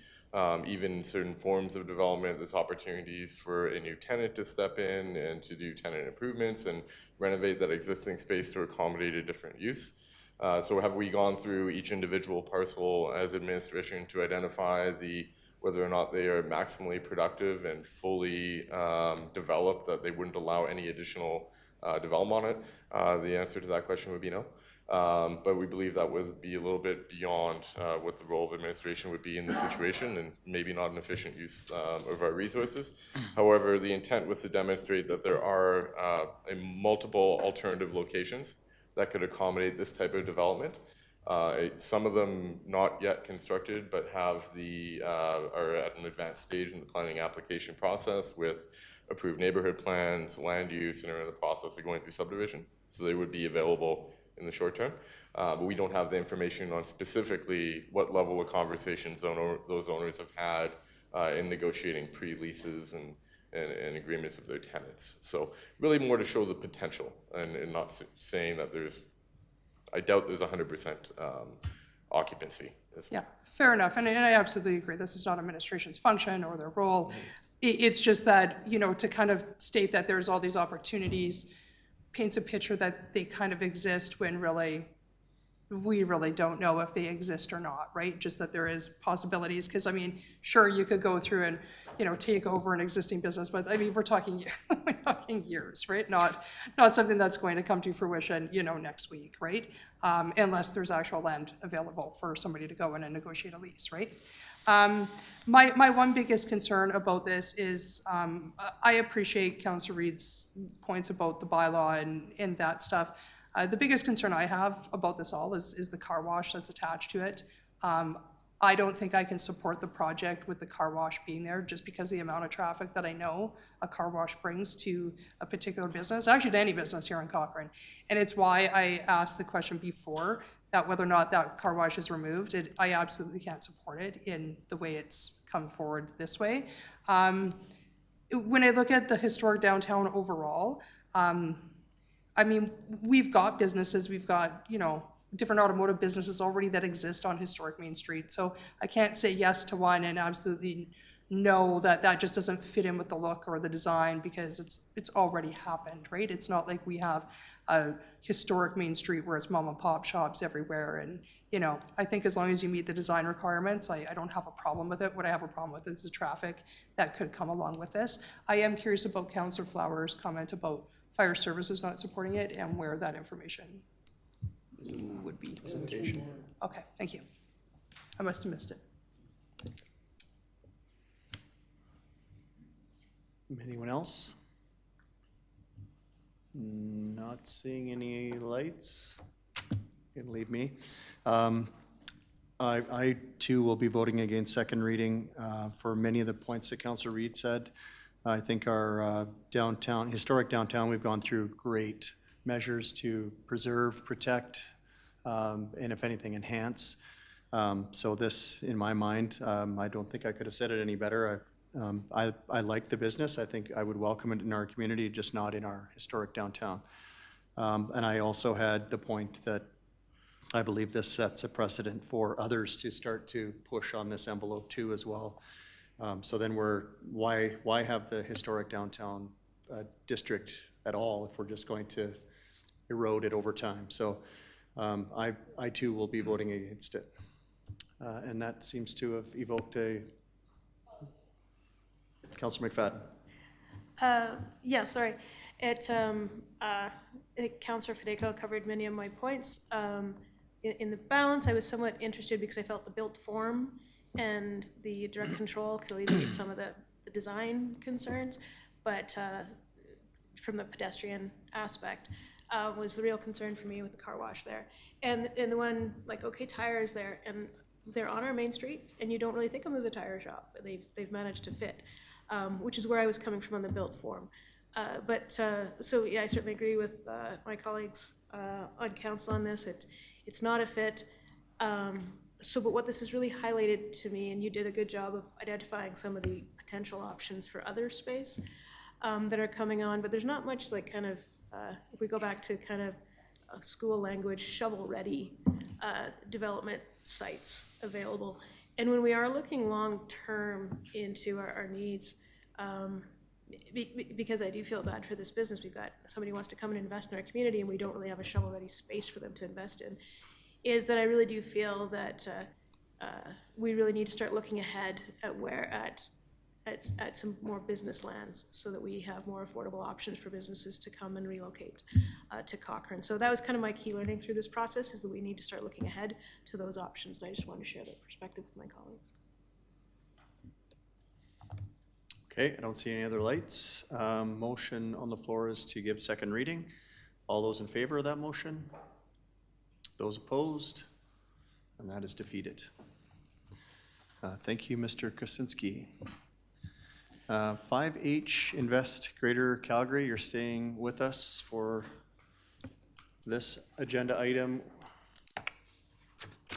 Mark? That is correct.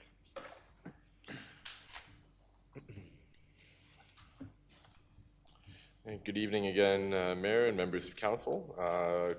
Now I'll be talking about a request for endorsement for a memorandum of understanding with Invest Greater Calgary for their initiative that Calgary Economic Development Department will be leading, and Cochrane's Economic Development Department is a part of. This is the agenda for this evening's presentation. Invest Greater Calgary is a voluntary collaboration between communities in the Calgary region intended to position the Calgary metropolitan region as the most attractive place in North America to invest. It formalizes regional cooperation in 4 key areas, enhancing how we attract investment and create jobs. Originally launched as Collaborative Regional Economic Development, also known as CRED, the project now operates under the new name of Invest Greater Calgary. Cochrane sits alongside 7 regional partners.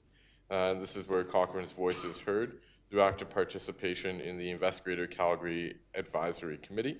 And this is an opportunity to align our efforts with regional momentum of these 7 other regional partners, which include Airdrie, Calgary, Chestermere, Cochrane, the MD of Foothills, High River, Okotoks, and Rocky View County. The Invest Greater Calgary Advisory Committee identified 4 key areas to strengthen efforts for attracting regional investment. These high-level focus areas are research and analysis, marketing and promotion, investor support, and hub/program development, which are intended to guide key projects through the 3-year pilot and establish a foundation to build the collective economic opportunity and investment in the Calgary region. The budget covers approximately 5 cornerstone projects aligned with these strategic priorities for Invest Greater Calgary over the pilot term. The Secretariat, which is the resources which are recommended for recruitment to run the pilot project, are acting on the direction of Invest Greater Calgary's Advisory Committee, which Cochrane is a member of, and will identify projects based on high-value, high-impact opportunities that spur job creation and investment in the region. The objective of Invest Greater Calgary is to position the Calgary metropolitan region as the most attractive place, as I mentioned, in North America to invest and grow business. The proposed projects for a 3-year pilot are as follows. The first project is a sector study to evaluate sector strengths and key challenges across the region within a specific sector.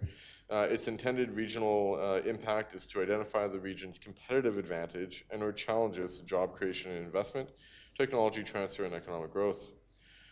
A second proposed project is an economic impact analysis to evaluate the effects of a specific project or investment on the economy of a region, sector, or community, including establishing a baseline for comparison. Additional tentative projects for years 2 and 3 are investment-ready sites to identify potential investment-ready sites aligned with the first 3 projects, special economic zone networks, which are opportunities for special taxation regimes that can help attract business and attract talent and investment, and then an investment attraction strategy and foreign direct investment project for the 5th and the 3rd year. These are all tentative projects right now that would rely on additional direction and approval from Greater Calgary Advisory Committee. The Invest Greater Calgary Advisory Committee agrees that successful regional collaboration includes a fair and equitable financing structure to cover operations and project costs. For the duration of the 3-year pilot, an annual fixed cost funding formula was selected by the Invest Greater Calgary Advisory Committee. Initial estimates suggest that the annual cost for participation in the Invest Greater Calgary 3-year pilot project is $29,000 over 3 years, which works out to approximately $9,670 per year, as outlined in the table below. Funding for Cochrane's 2025 U1 contribution is available from the CMRB funding approved in the 2025 council budget. Funding commitments by member municipalities are based on an agreed upon funding model of 10% shared costs, 45% based on the member municipality's population, and 45% based on the municipality's assessed value of its tax base per year. Additionally, sources of funding will be explored, such as provincial and federal grants, as well as private funding, based on the determined projects as they are confirmed by the Invest Greater Calgary Advisory Committee. Our financial commitment, as I mentioned, has already been accounted for this year, and the total cost of the 3-year pilot, that is Cochrane's portion, is approximately 3% of the total cost. The total project budget for Invest Greater Calgary is approximately $1.4 million, which includes funding from all 3 levels of government and an approximate $436,000 funding gap that's intended to be addressed through the additional funding sources at the provincial, federal, and private type levels. As of today, $380,000 has been awarded and secured. Of particular note is the Northern Regional Economic Development Funding in support of this collaborative initiative across 8 municipalities to develop a shared economic strategy, enhance investment readiness, and strengthen business retention in the Calgary region. The Secretariat is committed to continuing to explore those external funding sources to help reduce the financial burden even further and address those funding gaps. Invest Greater Calgary aligns with the Cochrane Strategic Plan as well as Envision Cochrane 2050, particularly in the areas of a vibrant economy and economic vitality. We have numerous components which reference regional collaboration to those ends.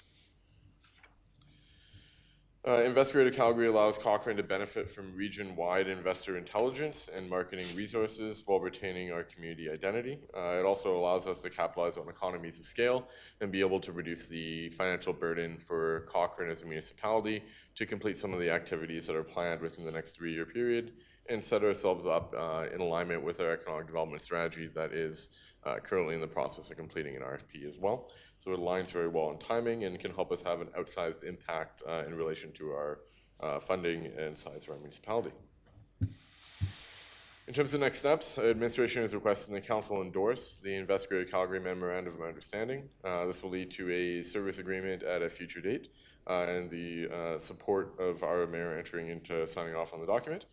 And then we'd be looking for approval of additional future funding requests for the remaining years of the project and consistent with our current budget planning and approval process on an annual basis.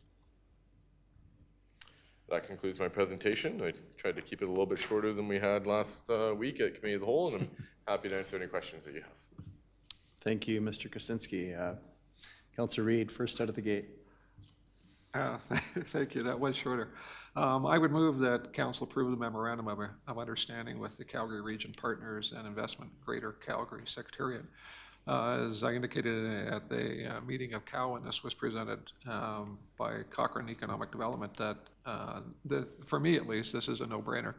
the return on investment would be, it would be incredible for our community. Even if we were to acquire one additional business, the investment would easily pay for itself. So I'm in support of it. Counselor Fideko? Thank you. I only have one question.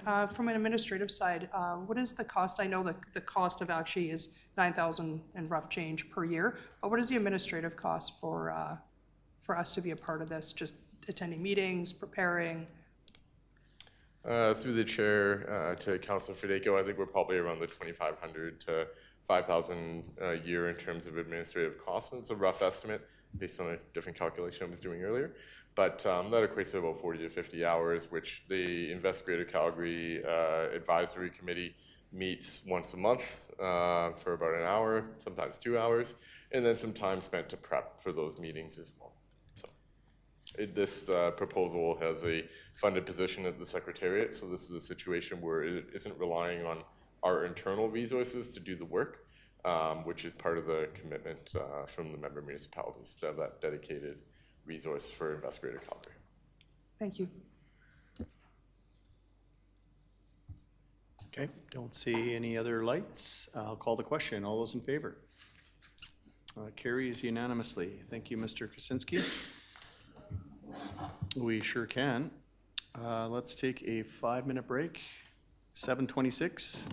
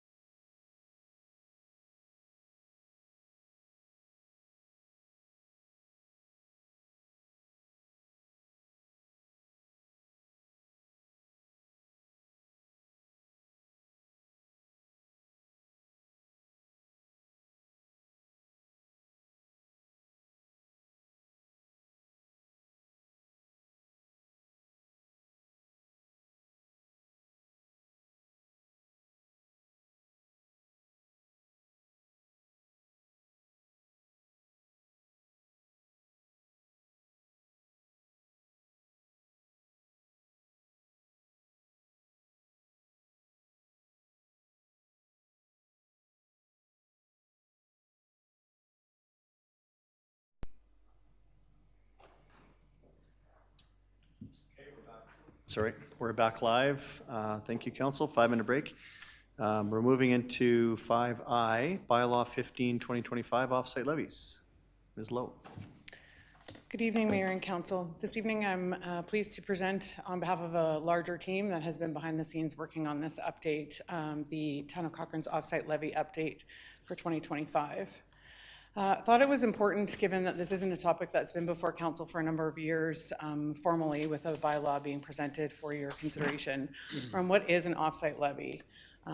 So primarily, as most of you are familiar with, offsite levies are governed by the Municipal Government Act, and they are a tool that municipalities use to ensure that the cost of infrastructure and growth-related costs are allocated to those who are benefiting from them. They are paid by developers through our land development process, and they are one tool that many municipalities use to follow the alignment with the principle of growth paying for growth. So there's been a lot of conversation around what can be included in an offsite levy and what can't. As most of you are familiar with, processes related to water, whether that's storage, transmission, treatment, that type of thing, sanitary sewer, storm sewer, roads, land to achieve other infrastructure permitted highway intersections. Those have always been in our bylaw. Recently, there were some amendments that allowed for the inclusion of other facilities, including fire halls and police stations, as well as the allowed inclusion of library and community recreation. Specifically, community recreation are for facilities that are indoor recreation.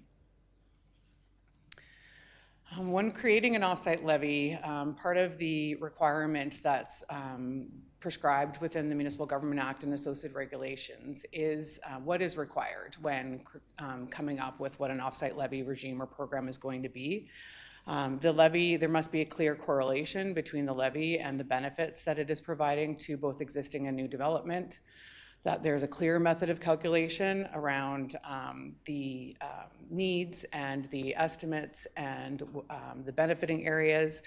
The calculation must be based on technical studies. That information and other information used in creating the levies must be kept current and publicly available, and obviously be determined in consultation with those who they most directly impact. So our current offsite levy bylaw, as I said, has been in place for a few years. It was adopted in 2021.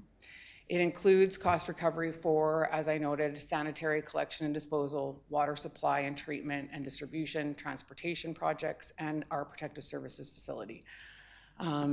Currently, those offsite levies range per hectare for, and depending on the development location, but the average, they range between $295,000 to $350,000 per developable hectare. We thought it was important to note that included in this, our offsite levy program, are recent projects that have been delivered that were funded partially or in whole through the offsite levy program. Those include the Highway 1A intersection improvements, our Center Avenue widening, the James Walker Trail first stage, Highway 22 to Riverview Siphon, and the River Heights Reservoir, Phase 1A. So what's changing? In this update, we know that there have been significant cost escalations since the adoption of this bylaw for many factors. So because of the cost adjustments from all of those factors, this update included ensuring that we were truing up those numbers and the costs. We've completed a significant amount of work through our studies and analysis to help inform and make sure that we are updating those costs and the scope of those projects appropriately. So you'll see those updates have been included. Additionally, we have included new projects for fire, which were identified in the Fire Services Master Plan for satellite stations, both north and south, as well as levies for library and recreation being in the form of a twin arena. Additionally, you'll see updates for the interest rates, inflation, and then our fund balances. So those are the balances based off of what we have collected from development and then what portions of those funds have actually been used for the projects that they've been collected for. Additionally, we are updating the payment timing schedule. So as I noted, fire has been included with the proposed inclusion of 2 new satellite fire stations, both south and north. And those would be included. I believe it's noted later on, but the purpose of the inclusion of these and how they offset existing fire prevention and fire response, is one of the things that is calculated and considered within the bylaw. So how fire and 2 new stations would apply for new benefit as compared to the implications they have on existing. And then recreation and library, as I said, we've created some draft levies, and those calculations are included in the updated offsite levy plan. However, we are proposing an interim levy for those 2 facilities. An interim levy of 20% of the calculated levy would be applied up and until the master plan work is completed, and we have the detailed studies to ensure that the levies and the calculations as being collected are appropriate. So throughout the proposed update, there has been industry consultation and stakeholder engagement, both through the Cochrane Developer Liaison Group as well as a smaller working group that was built up of industry members and administration. There have been several meetings of both 3 meetings with the Developer Liaison Group and then 8 meetings with the Developer Working Group. The draft background report was shared with that group in June of 2025. Just wanted to clarify as I'm talking, while normally at first reading, it is quite a high-level report, we did think it was important to include and highlight some of the things that were changing and what council could expect going forward, given the magnitude of the updates and the importance of this bylaw.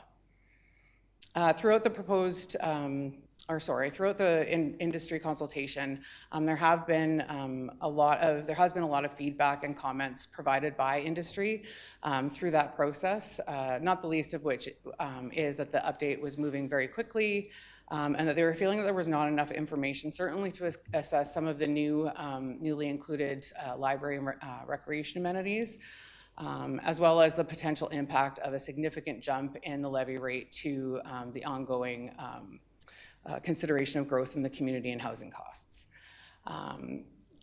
BUILD has provided feedback and requests for information from administration, and we are continuing to work through that with them. They also requested consideration of interim rates for the library and recreation, which we have.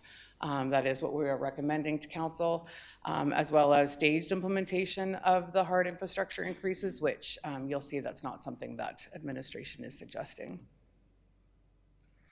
So our recommended approach for this, there has been a lot of conversation throughout the region around, and some communities actually making the decision to separate their offsite levies between hard infrastructure and community amenity type infrastructure.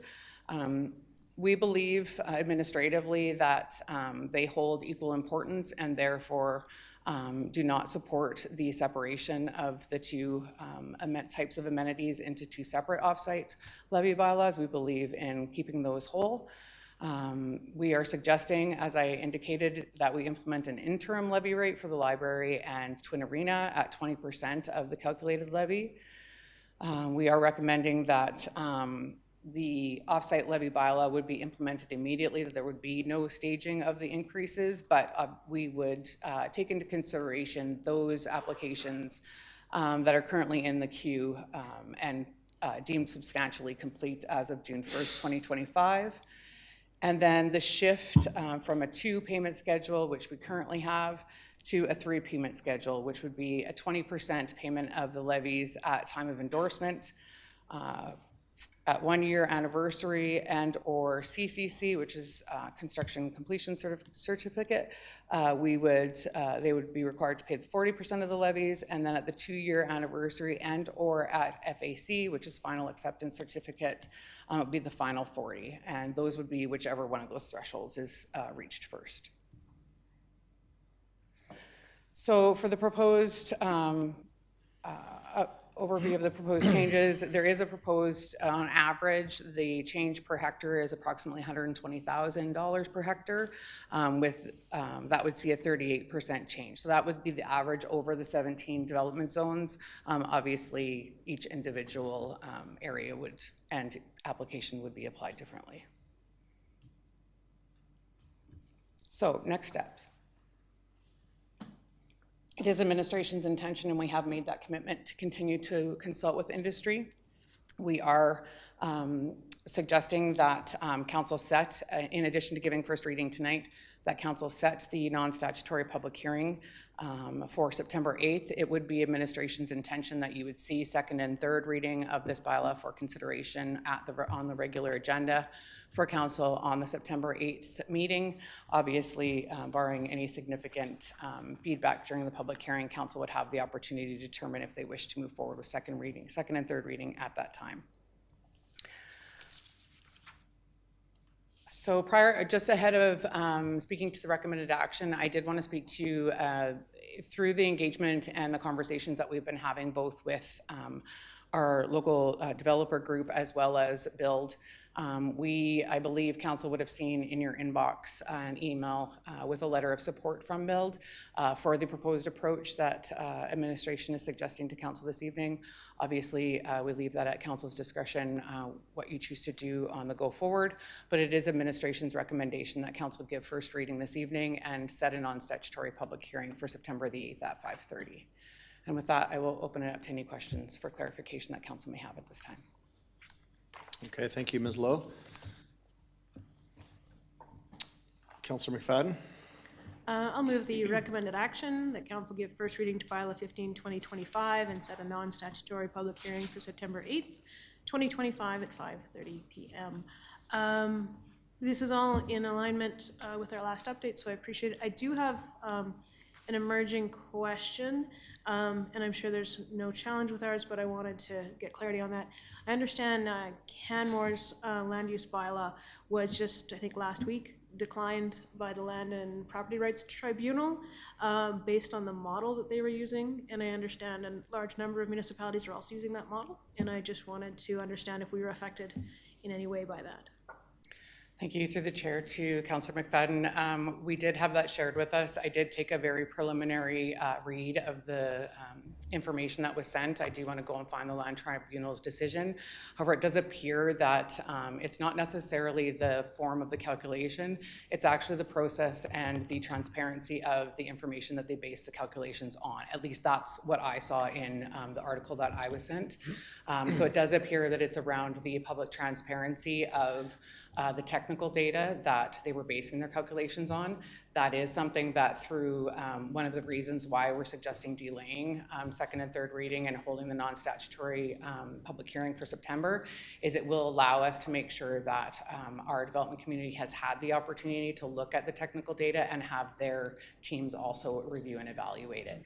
I'm not certain on that, so I caveat that I have not read the full decision and the reasons why, but with review of the article that I saw, there certainly was something in relation to the transparency factor as well. If I may, I can add a little bit to that. Thank you, Ms. Lowe. So the main issue, as I understand it, I think is in alignment with, as Stacey was describing there, is that the particular consultant who performed the offsite levy has what they consider to be a proprietary model that they did not release the specifics of, and that became a transparency question as part of this, and that is not an issue in our case, and we do intend to spend time going through the detailed pieces with industry. So I don't think at this stage there's anything that will directly affect us, although anytime offsite levies are, I think, being discussed at that level, we certainly take interest and we want to learn and be informed by those processes. Okay. Yeah, that was, like I said, I only had a high level opportunity to kind of engage with that as well. So yeah, that's great to hear. I am reassured that I'm sure Build knows about this as well, and the fact that they sent us a fairly positive letter of our process today assures me that we're on the right track. But I just wanted to flag that as I've just recently become aware of that.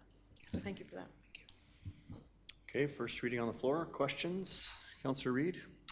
Yeah, just in the background material under key changes, are the key changes the changes from the key changes that are changes from the last time we saw this, or key changes as it relates to the differences between the previous policy and this one? Or both? Through the chair to Councillor Reid, the key changes are the changes that are being proposed from our last offsite levy bylaw. So these are the changes that are occurring in this bylaw. So that's why it includes updates to certain projects as well as addition of new projects. So I guess the questions I have, if I could, just in terms of clarity. So when this first came to us, our last meeting, I understood just the library, the twin arena, and the fire hall, but now there's a whole series of other ones in there. So is that new, or did I miss that from the last meeting? No, I think through updates to council, we've really been focusing on what's new as opposed to the projects that have consistently been in the bylaw, or at least through the last renditions, and those are simply being updated as it reflects with increasing costs, changing benefit allocations as things change in the community. The benefiting areas may or may not change. We updated, there were some minor tweaks to the mapping for benefiting area, so some of that is impacted, and all of that was part of that consultation with our stakeholders. The two highway intersections, the James Walker upgrade, was that different? Or is that added? So I will go. Those, if I may, those were updated for cost mostly, to ensure the costs were in line with the projects. They were previously included in the bylaw, but obviously the escalating costs needed to be reflected. Okay, and then if I do just two other quick clarity questions. One is, I understood in the last iteration of this that we were talking 2 payments and we went with 3 as being proposed now, which I think is a good compromise. Again, I think that was a change. But my real question is, if we don't have clarity around these projects, can they be appealed? Through the chair to Councillor Reid, that's exactly why the legislation is as clear as it is in what the requirements are for how you develop your calculation and sharing that information with the development industry. I think even with all of the background technical data, any bylaw is subject to appeal, but the more technical data that you have, the more that you've been transparent about that data, the more that you've had the conversations with the industry and the stakeholders around how you've landed at the calculations that you have, the less likely you are to have them be challenged. But certainly without the technical data and the background reports, they can be, which is exactly why we're suggesting. And industry thus far is open to the conversation and has been, as is referenced in their letter. They recognize that there is a need. They know that those studies are underway right now, both for our community parks and recreation as well as library. Therefore, they are open to the idea that we have that calculated levy in there, but that we're only charging it at the reduced percentage of the levy, so that it starts we start accruing the levy and we start collecting for those levies, but then they will be trued up within the next 2 years once we have those studies completed and through stakeholder engagement again with industry at that time. And that would apply to the Twin Arena, I guess, Absolutely, as well. yes, for both. Yeah, okay, thank you. Thanks for clarity. Councillor Nagel? Happy to see this here today. My only concern is I wish we would have seen it here 12 or 18 months ago. We've left a lot of money on the table by leaving it this far. I just wanted to get a better understanding of the next steps to get the library and the rec center updated. When will those master plans be done that will allow us to fully recoup or maximize the amount we're able to recoup anyways? For sure, through the chair to Councillor Nagel, what we've indicated to, certainly in the last meeting when we were talking about that, because obviously they are also wanting to know when will these be updated and how quickly can we expect the detailed information. Those studies are underway, and so we expect that they would be completed in Q1, Q2 of 2026. That would allow us to get back into the conversation around those particular levies, with the understanding that then we would bring it forward for a bylaw update, whether that's before end of 2026 or Q1, Q2 for 2027, depending on the conversations with industry. But council could expect to see, and I think that I may have glossed over it or not even mentioned it, but this bylaw, one of the other changes is the review period. Our previous bylaw had it would be reviewed no less than every 4 years. We've reduced that to every 3. It gives us that little bit of flexibility, but it then allows for us to it creates the sense that there is expectation and urgency around updating the numbers and making sure that we are collecting the levies that we should be. There was never an intention to allow this one to run as long as it did. Certainly things happen, but the bylaw that's being proposed would be reopened and those numbers updated 2026, early 2027 would be the expectation. And if council wanted to have a conversation about reducing that every 3 years to every 2 years or every 1 year, would that be something that should be discussed at second reading in September? Absolutely, you can amend that at second reading and you can change those requirements. The only caveat I would suggest at first reading, really high level, is there is a timeline that's required for an update of this magnitude, but something that we can certainly discuss at second reading. Okay, and then I also wanted to get an understanding of how much the 2-payment schedule being changed to a 3-payment schedule will impact our cash flow. When you charge development levies, is it inclusive of borrowing costs? Yes.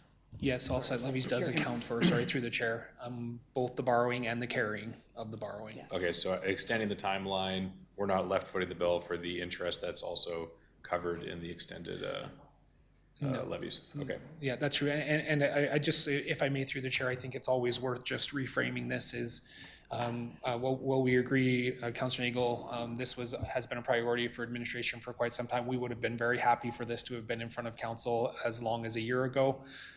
We can discuss, I think, at length some of the rationale and reasons as to why this was delayed, and there is a substantial amount of work that goes into all the project reviews and all that comes along with it.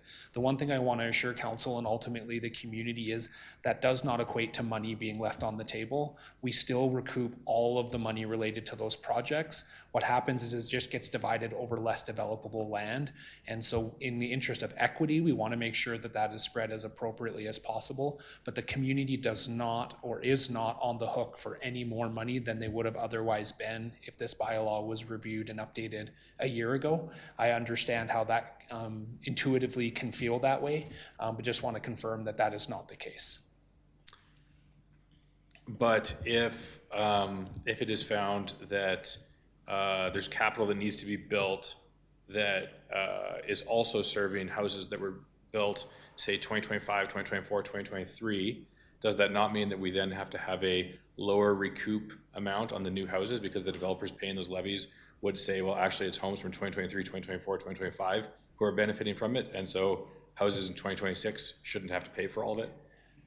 Yeah, through the chair, I think only in the instance of the fact that we neglected a significant piece of infrastructure, which we're quite confident that we haven't done. When we review an offsite levy project, water, sewer, roads, highway intersections are all quite visible pieces of infrastructure that are easy for us to model and anticipate and ensure those are included as part of that. So I think the risks of that are very, very, very low, that a new piece of major infrastructure would come online that was somehow associated with a piece of land that was already 70, 80, or 90% developed. Okay, I will refrain from entering into debate during first reading. I have no further questions at this point. Thank you. Councilor Fideko? Thank you. I only have one question. Do we have an updated infrastructure plan that would state when some of these projects need to come online? And the reason I ask that is because a question came to me today, especially about regarding fire, the library, as well as the Twin Arena. These are not in our 10-year capital plan. And so I just had the question asked, how did they all of a sudden show up in front of council and part of the offsite levy bylaw? But I am questioning about, do we actually have an infrastructure plan that could be sent to council prior to the September 8th meeting that we can look over for timelines? Certainly through the chair to Councilor Fideko, you have a 10-year capital plan that council has adopted, and there are a number of statutory documents that have already identified the need for the fire hall.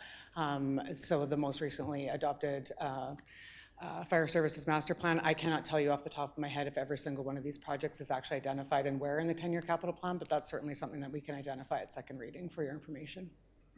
Could we have that prior to the next meeting, so we can take a look at it over summer break? Sure, we can certainly endeavor to provide that to council sooner. Thank you. Councilor Wilson? Thanks. I'm in enthusiastic support of first reading on September 8th, of course.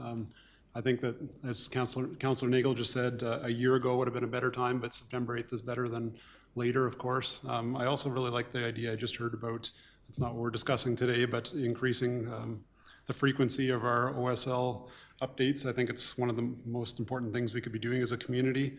And I just wanted to highlight for all of this council group and perhaps the next one that'll be sitting around the table here, I think one of the most important moments for Cochrane Town Council in the 8 years I've been sitting here was the Urban 3 presentation that actually broke down for us.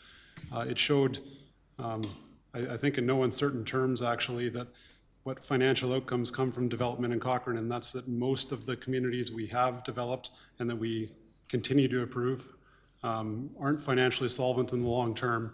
And so the only time you can actually collect for the costs imposed by new development is at this stage at the front end for offsite levies. And for me, it feels like, I don't know if anyone around this table would disagree that that means administration, Build Calgary, or any of the 7 council reps here, that we currently charge appropriately for each new resident that comes into Cochrane. And so what that means is that current residents with each new person that moves to town are a little bit worse off.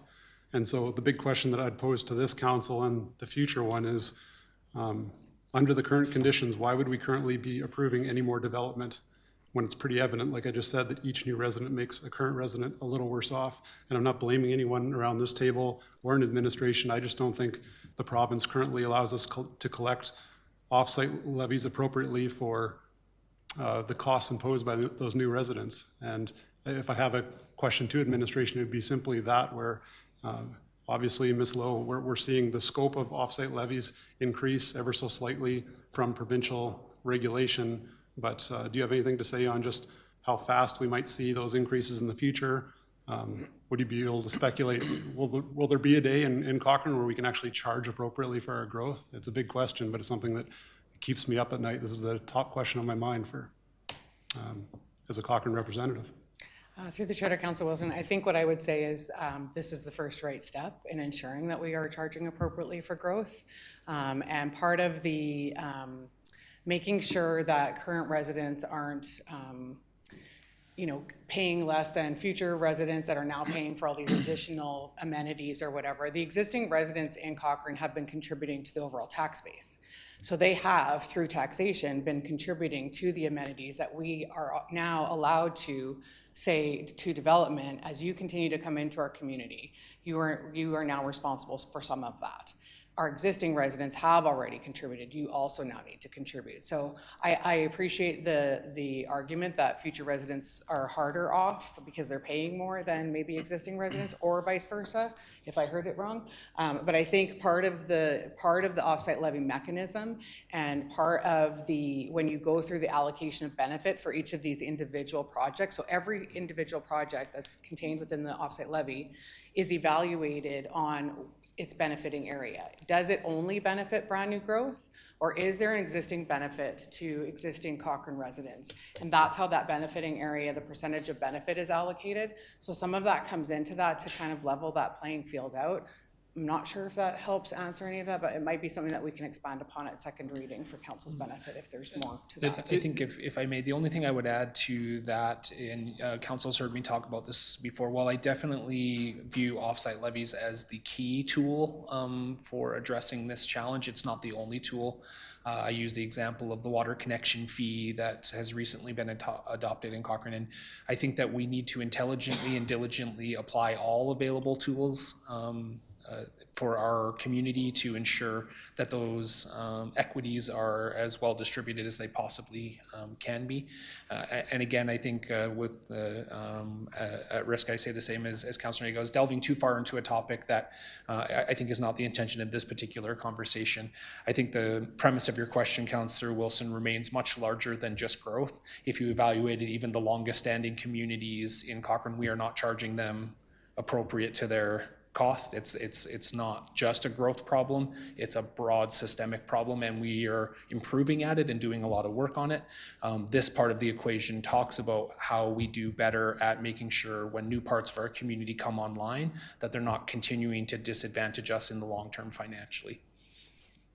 Okay, thank you. I don't need to drag that conversation any further than that. We're just talking about the first reading of an offsite levy, but it just seemed like the germane moment to me to toss to that future council to question with any development proposal, why are we about to approve this when we can see that most of them are financially insolvent over the long term? And it's a big question that's far beyond this council and this administration, but it matters, and eager to talk about it more in the future, I suppose.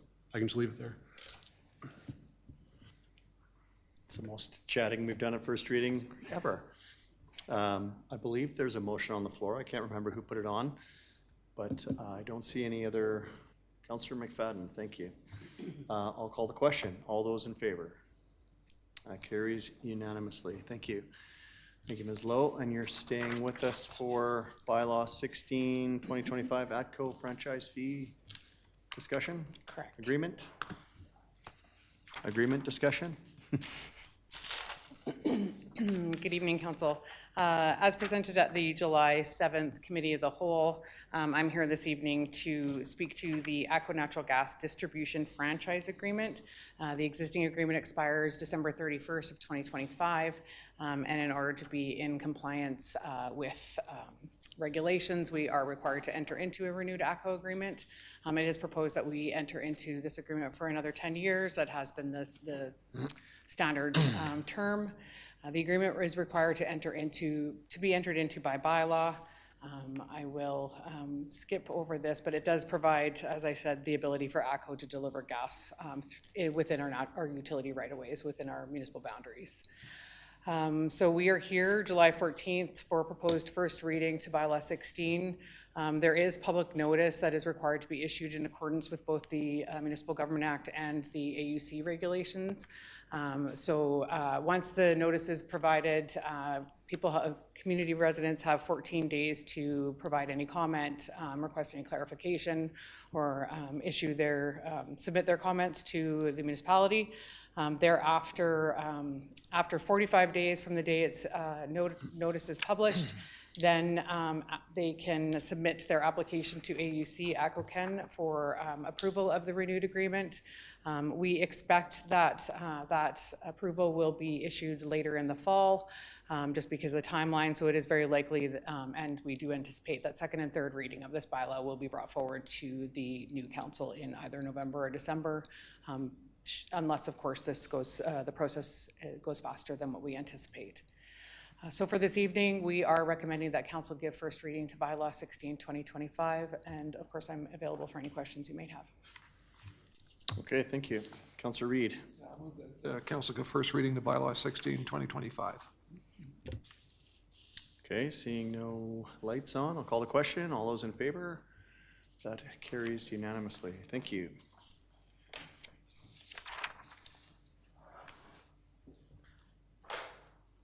Okay, notices of motion. Councillor Fedayko, 6A is yours.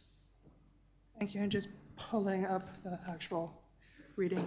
That the council direct administration to release all legal and associate staff costs pertaining to any meetings, investigations, sanctions against myself, and that Councillor Fedayko be able to serve a term of deputy mayor, which we already realize has been rectified. Before anybody actually goes into any debate, I just wanted to be clear, I'm not asking for any amendments to be done to this notice of motion. I'm merely asking for council to vote yes or no on whether costs will be released to the public, as I believe that's all that is required of me.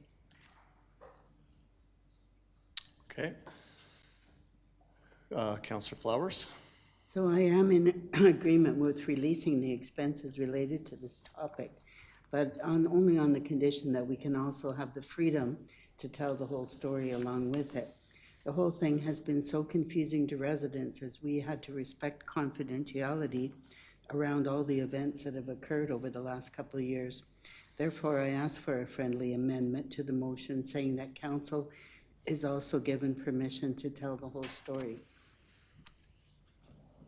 You'll have an opportunity to close. Councillor Reid. Yeah, I would, in the spirit of accountability and transparency, principles that we've consistently heard emphasized throughout this past term, I believe it's only fair that the residents of Cochrane, the taxpayers who fully paid for this, have access to all the information resulting from their funding. More importantly, I think to ensure public disclosure remains balanced and not driven by one-sided political narratives, that I would suggest the inclusion of a summary sheet. The summary sheet would clearly state who and why each investigation or review occurred, the reasons behind it, and legal and procedural obligations that required the town to act at the total cost to taxpayers.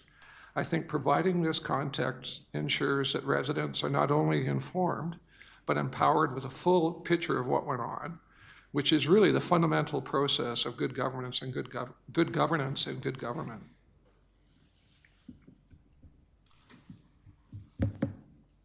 Councilor Fideko. Again, I'm only asking for the dollars and cents to be released. One report is already available to the public. It's on the Town of Cochrane website. And the other one was an unsubstantiated report that council all knows about, paid for, and suggested by this council. So at this point, I'm not looking to continue to open up and debate this. This is my notice of motion. You can either vote for it or you don't have to. That's your prerogative. Councilor Reid. Yeah, again, I would encourage my council colleagues not to support this notice of motion as it is, as I think it is a one-sided political narrative that serves one political agenda and is not a fair representation of what actually occurred in terms of information to the public. At the very least, I would like to see a summary sheet that indicated who initiated what, why, and what the taxpayers of Cochrane actually paid for. And I think that is only good government, and that is exactly what we were trying to do, is just create a picture that the public can decide on themselves. Councilor Nagel. I'm in favor of transparency and the truth to come out, so I'll be voting in favor of what is on the table right now. But I also think if there's another motion for further transparency and truth, I'd vote in favor of that as well. So I'm in favor of this coming out. I know where I stand on the issue, and let the chips fall where they may, I guess. Councilor Wilson. Well said, Councilor Nagel. I had one question for administration. Well, I guess there's two parts to this, and one, the deputy mayor part for Councilor Fideko, I assume we're not talking about tonight because it's already been fulfilled, and good to have her back. But on the financial, releasing all financial and associated costs, I was just a question to administration, what, how much of that is actually allowed to be done? I don't know what's tied up in like we just talked about, legal mumbo jumbo about how we're not allowed to release certain things. I just wanted an administration reason why this is doable or not doable. That's my question. Thank you, through the chair, to Councilor Wilson. It certainly would be my suggestion that council get legal advice on how a release would happen and what information would need to be considered under other legal processes that have taken place. I think that would be best to protect the organization and from further liabilities. I think that is doable, but I don't feel that administration without legal advice would be capable of identifying all those risks appropriately. Okay, so in a nutshell, what I just heard was administration recommends that prior to proceeding with this, we'd get legal advice. That is correct, both in the form and the content that is advisable to be released. I'd be interested to hear what the council table has to say about that. I know my guiding premise is the same as what Councilor Nagel just said, which is transparency is king. I have nothing that I want to see hidden, and I think the public should be able to see any part of this that is available that I can see. So, any other thoughts around the table? Councilor Fideko. Again, the first part of this is I'm just merely asking for dollars and cents. I don't need to have a breakdown of where money exactly has been spent or who spent what. I'm just looking for the nuts and bolts. It's a direct figure. Is it $100,000? Is it $50,000? Is it $5? I think that's all I'm looking for information. That's why I'm not looking to amend anything. I don't have anything to hide, but the thing that's on the table right now is that's all I'm asking for is council approval to release the dollar amount, which does not require any sort of legal advice. It is merely how much has been spent to date. And obviously my costs, which I know my costs, they're still increasing and I'm still paying. So I understand that it's not a finalized number. It's just what has been spent to date. That's it. Okay, a few more lights. Counselor Nagel. For context, do we have any other examples of when just the sheer dollar amount of a legal fee or invoices related to a particular matter would be made not public? Is that FOIPable information?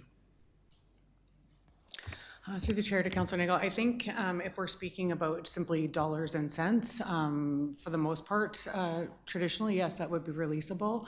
I think what CAO Derricott is suggesting is that there were and is a lot of protected information in relation to some of the investigations that were underway. So we would just want to confirm that inclusion of certain components of that into those numbers would be appropriate, and or any summary document that may or may not be determined by council to be shared as well. Okay, I'm still thinking. Counselor Flowers.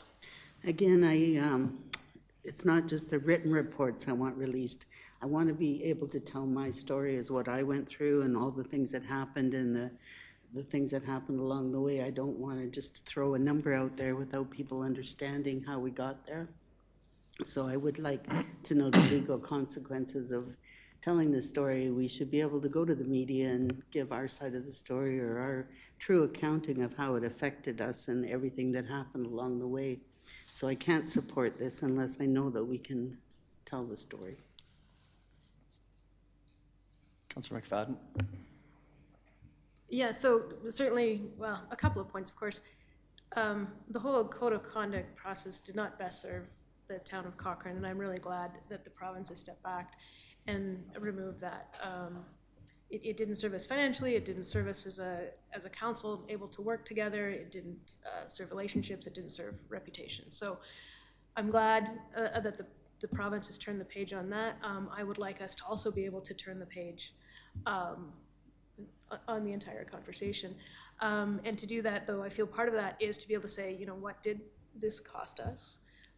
So what I'm hearing is we could release how much it cost us. That's not needing anything. What might need, or what will need legal review and work and more legal bills is to then create a summary or to redact the second report.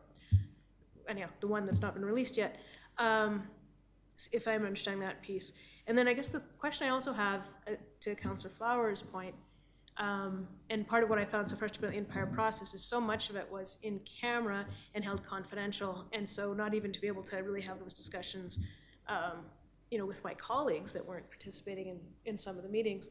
So how much of those conversations do we still have to hold in confidence?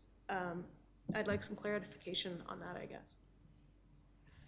Yeah, thank you through the chair. I think Councillor McFadden, you encapsulated my intent pretty closely, which is say pure numbers of legal costs are VoIPable and releasable. Yeah. I think it becomes, when you start talking about context or wanting to frame any of that with other additional information, that's where I would suggest that we would be best served by legal advice collectively, and then at the individual level, each council member would have to make their choices about how they would want to approach that as well. But it's obviously it's been a long and complicated road, and I just want to ensure council gets the very best advice they can get to move through it. Okay. So we could vote tonight on Councillor Fideco's motion to release the numbers. That can happen easily enough. Another motion to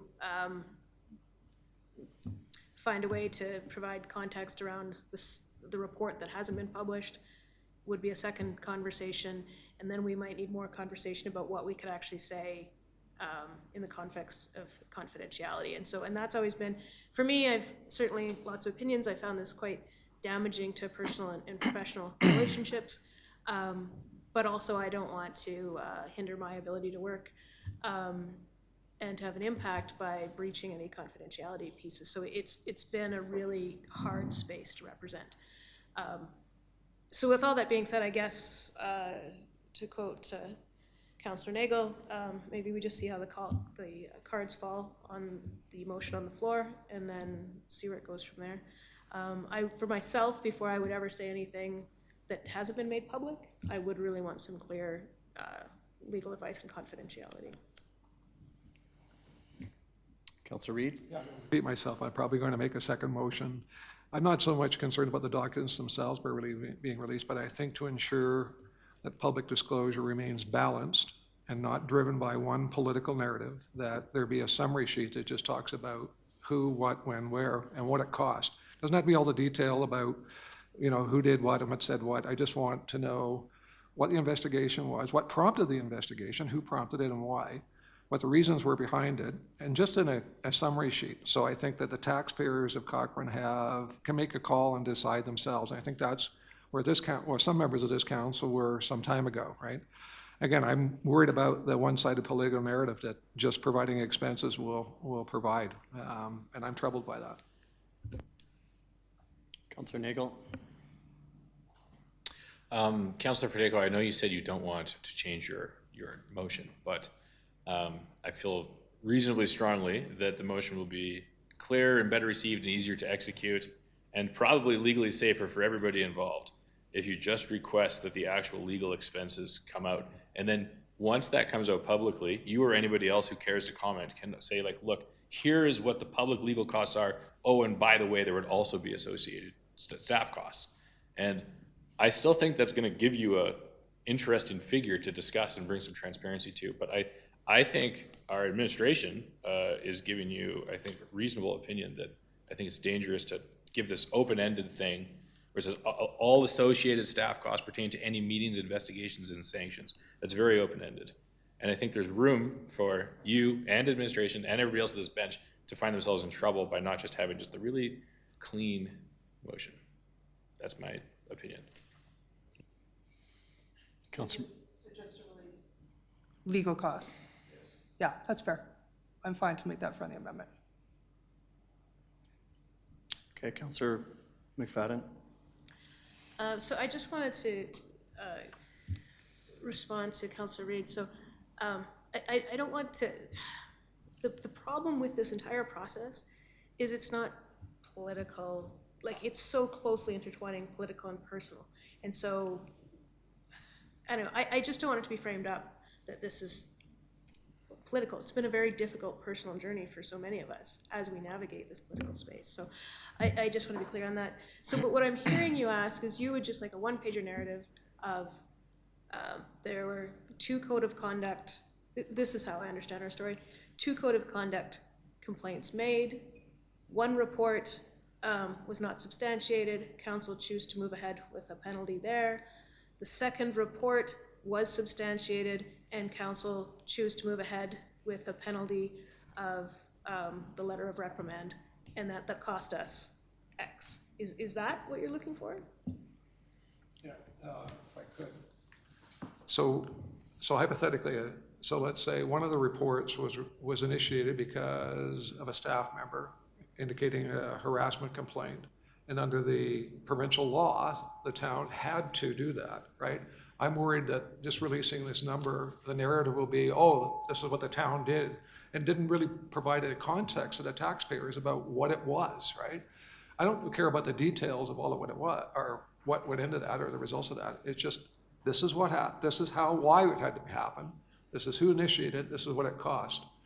That simple, right? I'm afraid the narrative's going to be the town did this. Well, the town didn't do this. This was initiated by a counselor. This was initiated by an employee. This was initiated by occupational health. The town reacted to that and had to legally be able to do that. To create a narrative that this is just what it costs, I think is one-sided and does not justify good governance in terms of our part. And yes, it has been painful for all of us, and that's why I'd like this record set straight. Let's be transparent about what actually happened here, not just the costs. No, I'm always for transparency, but like most of this has already come out publicly. Like there was, for each one of those code of conduct discussions, there was a vote and it was read publicly. So everything that I've heard you say has already been released publicly. All people have to do is look at it. So if that's all it is, that shouldn't require any legal pieces. Because like, council voted on each one of those and then made a public decision and then a public decision of how to sanction. So that's already out there. Are you looking for more than that? So again, what I'm suggesting is there's a one-sided narrative, political narrative that's going to be presented with this in terms of these costs. All I'm saying is take the summary of all of that as happening, put it together so people understand what happened and what it cost. That's all. That's what transparency and accountability and good governance is about. Well, I know what those things are about, but we're trying to work through this. Okay, I understand where you're coming from, and I think I'm prepared to kind of address Councillor Fideko's first motion, and we'll see where the rest of the night takes us. Maybe before we get into going back and forth and round, I'll weigh in. And I just want to start with, I have no issue with transparency. And if this council wants to release the financial costs tied to the code of conduct process, I'll support it. But only if we are also willing to release the full context that led to those costs. That means the complaint itself, the findings, the OH&S complaints and findings, and costs and all relevant information that we're permitted to release legally. I agree with getting a legal review on this part. Sharing only one piece of the puzzle, just the dollar figure, without also sharing what caused it, what was alleged, what the process included, doesn't serve the public. It serves those looking to reignite division and stir up old tensions. I would remind council that this matter started nearly 2 years ago. It was handled according to the process that existed at that time. Our own code of conduct bylaw, a bylaw that we reviewed in 2018. As mayor, I was obligated to receive the complaint and initiate that process. I didn't make the complaint. I didn't decide the outcome.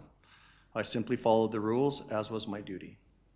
As I can tell you, and I can tell you, it was a very difficult and complex situation to deal with, which many of you have already spoken about tonight.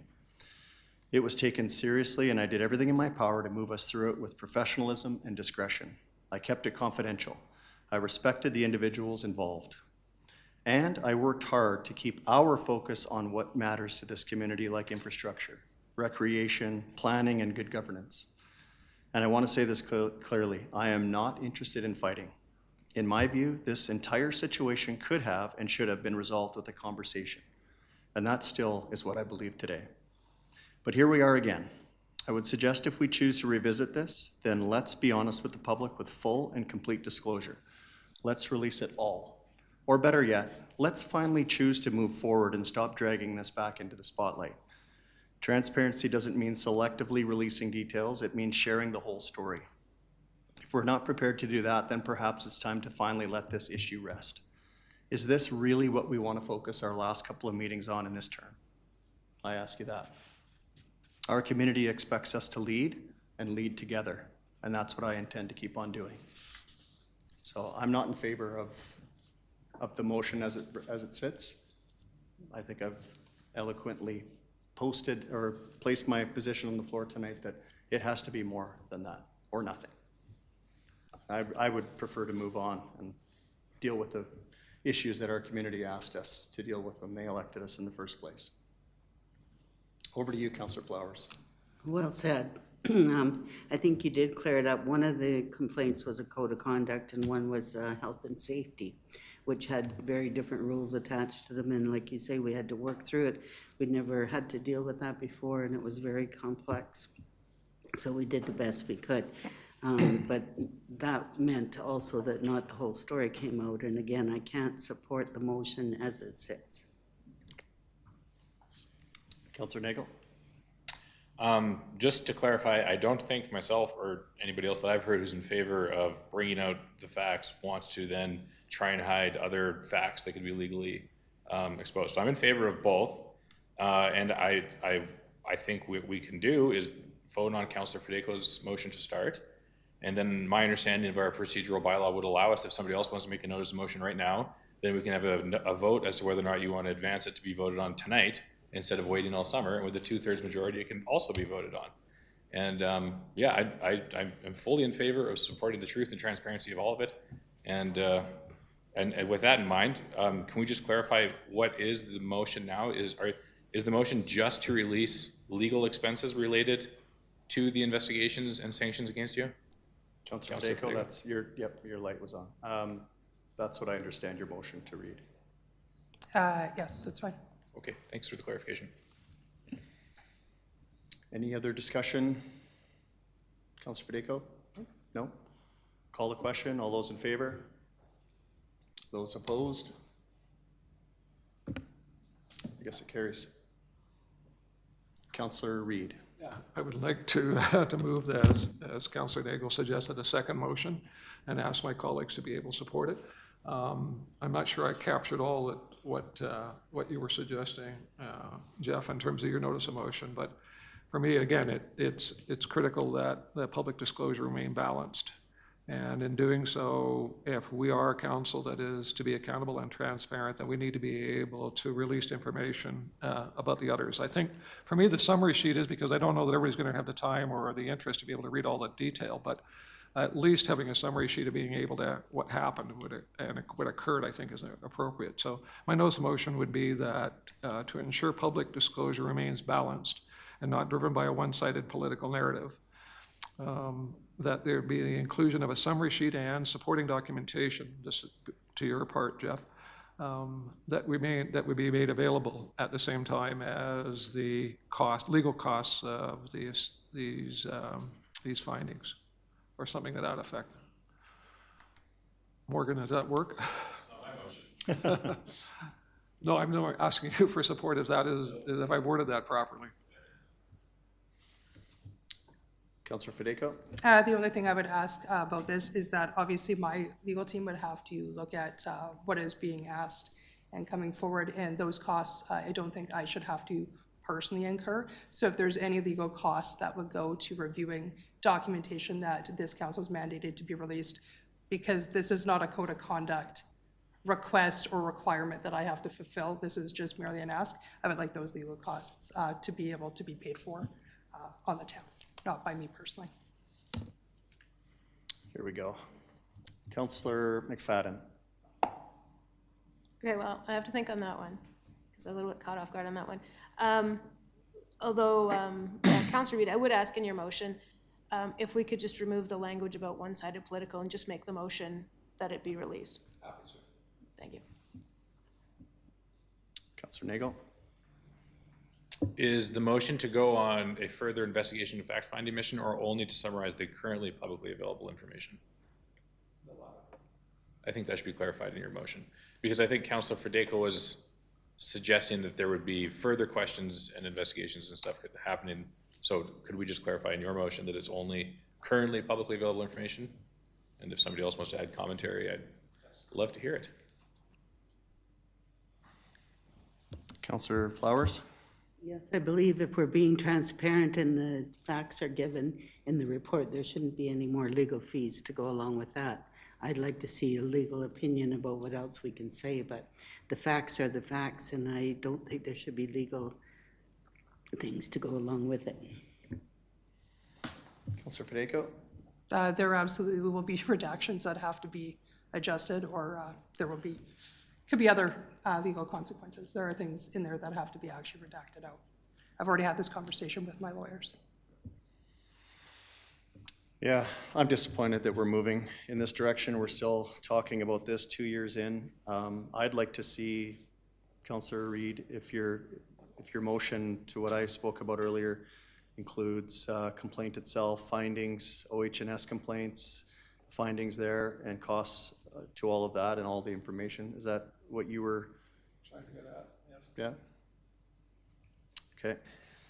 If I may, Mr. Chair, I just don't want this to be lost, and as suggested from administration is that we work into Councillor Reid's motion with his consent that this would be subject to a legal advice on behalf of the town as well, and this may or may not satisfy Councillor Federico's interest in having that reviewed at that level, but I do think that that would be, in my opinion, a prudent act to be taken before any disclosure was made.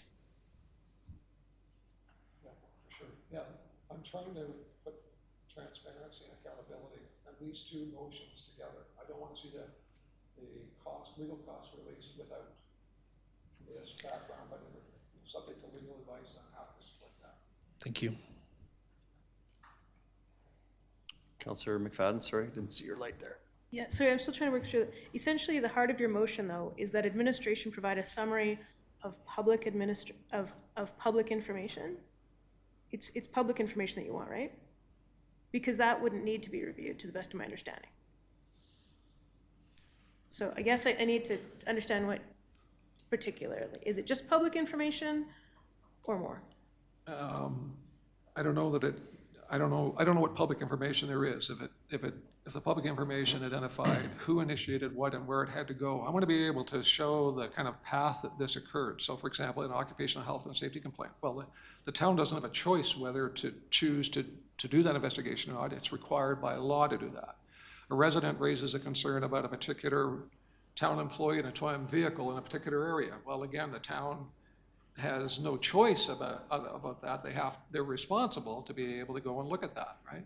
They have a town Councillor Reid, employee I think who. we need to be careful with our conversation in the public forum if Fair we're going enough, to. fair enough. So but I'm just, there's not enough in the public forum to be able to provide a clear picture as to what these legal costs were. And so what I'm trying to get at is that.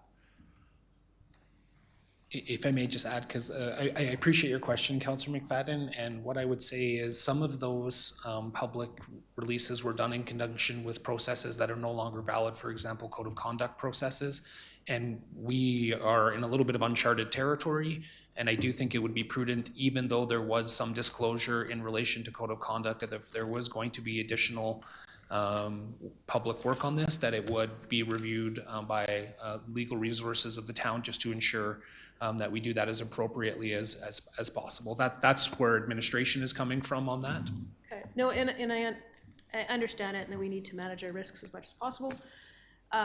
Yeah, so I was just trying to see if it was just the public information, to gather that seems straightforward.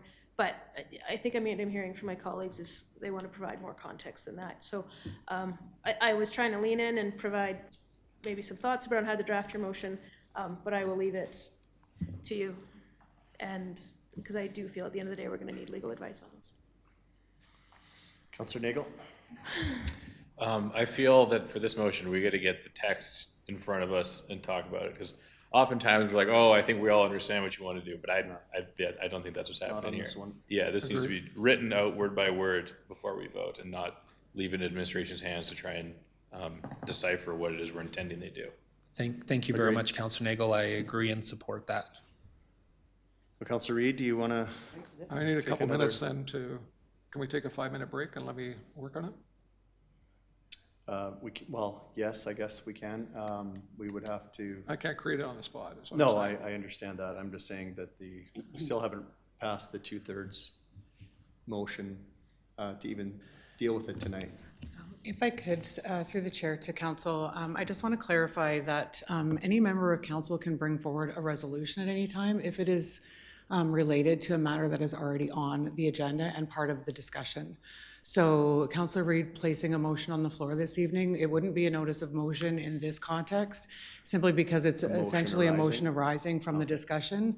And for further clarity going forward, the minute a motion is on the floor, despite the fact that it was a notice of motion, it is subject to a motion to amend by any other member of council. So going forward, if you were to bring forward a notice of motion, once it's on the floor for debate, any councillor can put forward a motion to amend.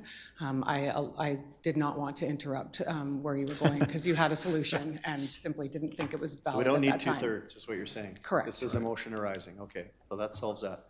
Council, at the will of my colleagues here, 5-minute recess to allow Councillor Reid to gather his thoughts. Sure. Okay. Thank you. 8:35.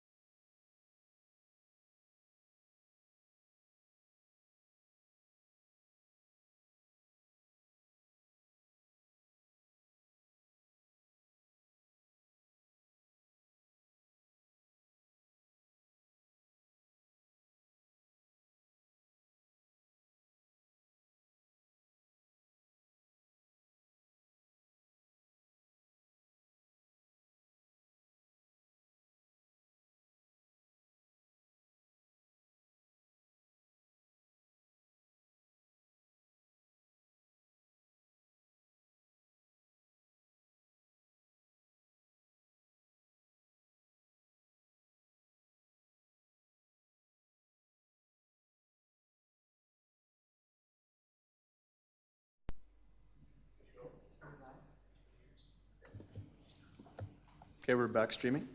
Yeah, okay, thank you. Councillor Reid, you've crafted your motion.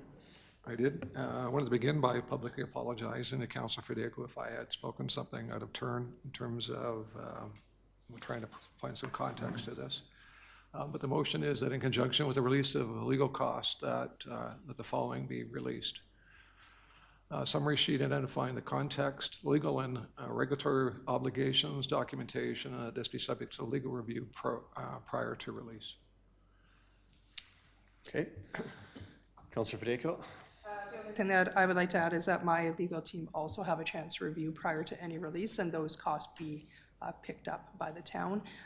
This is not in some sort of consequence that I've done something wrong and that it's being released because this is a sanction that's being driven by council. I'm fine to have the report to be released as an unsubstantiated report, but I do believe that my legal team should also have a right to review prior to any release to make sure that my personal information is protected. Question to administration, would that not make up part of the legal review by administration? Would be all of council or all of any individual entity would be looked upon by our legal team, like the town's legal team, prior to it being released? So then that would come back to council saying, hey, we can't do this, we can't do that. That would then trigger if Councillor Fideko wishes to move forward with a review on her own. Yeah, thank you, Mr. Mayor. I would suggest that the legal review would be done on behalf of council as a body and as the organization, which will include careful considerations of things like confidentiality and what is appropriate for disclosure as part of that. Once that process was complete, any member of council, and in this case, obviously specifically Councillor Fideko, may choose to pursue their own legal advice as part of that. That would have to be a decision that Councillor Fideko would make based on the advice that was given through the town process. Okay. Anyone else? Councillor Nagel? Well, I feel that the motion should be only to share stuff that is publicly appropriate, where I don't know if this bullet point list is that by any means. It says like a summary sheet identifying the context. That could mean anything. Documentation could definitely mean anything. And I think it's too open-ended. And then regarding Councillor Fideko's request, I'm no lawyer, but it seems a little peculiar to me for any body to engage in a legal action and then offer to pay for somebody else's lawyer with like just a blank check. So I don't know how you would do that. I don't know what, there's gotta be some legal principle with a Latin name or something as to why you can't do that. I don't know. But I don't know. This whole thing seems funky. Yeah, I'm just so disappointed that we're here. We spent more time on this agenda item than on anything else in our agenda tonight. And I am so disappointed in this group that we cannot move past this after 2 years of toiling away at this. I'm not in favor of paying for anyone else's legal fees. That was something you chose to do on your own from the beginning. We're now in this no person's land of who's right, who's wrong. We have no code of conduct bylaw. We have no sanctions we're talking about what happened. From my point of view, I would like it to be something along the lines of, the town received a complaint from a member of the public. Like the story of what happened, when, what, and a timeline associated with it. Why this junction was, and I was going to put this into some of my words tonight. Our code of conduct bylaw had 3 options to it. We have council do an investigation on one of our own. That does not make sense, at least from my perspective. I'm speaking on my own. Then the other option was to have administration investigate a member of council. That did not make sense. So we were obligated then to go to the third option, which was a third party, which is where the costs were incurred. So I would like all of that to be laid on the table so that if people want to, like, again, I go back to what I said half an hour ago, let's move on. But we are already going down one path of releasing just one piece of the information and not all of it. So I'd like the story to be told. I don't know how we put that in emotion now. And again, back to Ms. Lowe's points earlier, I mean, we could put a motion on the floor at any time, but here we are, we're gonna spend all summer going back and forth about who cost who what for what. And then we're gonna come back in the fall and we're gonna talk about it some more, and then we're gonna go off into the election. This is the last thing that I wanna be dealing with. But here we go. So I don't know how to put that in words, Councillor Nagel. Context, maybe it's a timeline of events and consequences, like something to that regard. But here we are crafting something on the fly. Councillor Nagel? I would suggest that we just direct our administration to summarize all publicly available information about this, and then our administration can go back, they can look at meeting minutes, and they can look at press releases, and that would pretty much be it. And then anybody who wants to say anything more, you're free to make your own case, as Councillor Verdejo has had to do. Councillor Verdejo has had to make her own case, and then if there was associated legal costs, she's had to cover them. And if anybody else wants to wade into turning this into a public battle, then you're free to try and make a case, as Councillor Verdejo had to do. Like, I don't think it's up to the town of Cochrane to have to wage a political PR war on behalf of one side of the whole issue. So I think what's publicly available knowledge should just be summarized and released, and then anything beyond that, you're absolutely willing to, you're available, you have the option of going forward and doing it. Mm-hmm. Yeah. So. Councillor Reid? Yeah, I think it's publicly offensive to suggest that it's a one-wage war. I think all we're trying to do is try to provide transparency and accountability. Transparency and accountability isn't on just the public information that was released. There was much more to this than what was released publicly. And that's why I think it's important to, as the mayor has pointed out, to talk about timelines and context, right? I think it's short-sighted just to think that everything that was made public tells the story. It's not, Morgan, it's not. Councillor Verdejo? It's why I just asked for legal costs to be released, that's it. And to your point, I understand, I don't want to be talking about this 2.5 years either, but I have been very public in stating that I'm probably over $80,000 in legal expenses that I've paid for on my own. And so while, you know, it's easy for maybe other people to sit around the table and move on, that's had an impact on my life, my family life, and everything else. So I'm not against releasing reports or releasing information. It's an unsubstantiated report, meaning the third-party investigator did not have a substantiated any evidence to be able to find any sort of finding. So I don't care about any of that. However, there are things that need to be redacted on both sides to protect people's personal confidential information, which unfortunately has already been kind of breached tonight. I'm just looking to move on. That's why I just asked for the legal costs. It's just a number. I don't need any further breakdown. It's just the cost. I released my costs, that's it. Well, I would argue, why wouldn't you just ask for the costs privately instead of making it a public spectacle? That's if you're trying not to, if you want to move on, let's move on. If that number needs to be released to me privately, I'm fine with that. I think it's just good information that I get to know. That's different than what we voted on earlier. Okay, we have a motion on the floor. Councillor Reid, that's what you want to go with? Yep. Any more conversation on the screen? Councillor Nagel? I would like to vote for something that's more concrete, to try and satisfy whatever you're looking for with what can legally, like what's publicly available and what can legally be discussed. But this is, I can't vote on a motion like this that I know sends our administration off to scratch their heads all summer. Like the word documentation as a bullet point is just, it's way too vague. And maybe administration disagree with me, if you will. Yeah, thank you, Councillor. I do appreciate your intent there, and obviously we're trying to assist with the conversation as best as we possibly can here. And I think that there, as I listened to the conversation, is that there may be a way to word this differently, something along the lines as to what is legally permissible to be released, rather than trying to identify what it is. If that may be helpful, then it's not administration making a subjective judgment. It's done by a third party legal group that is supporting this process.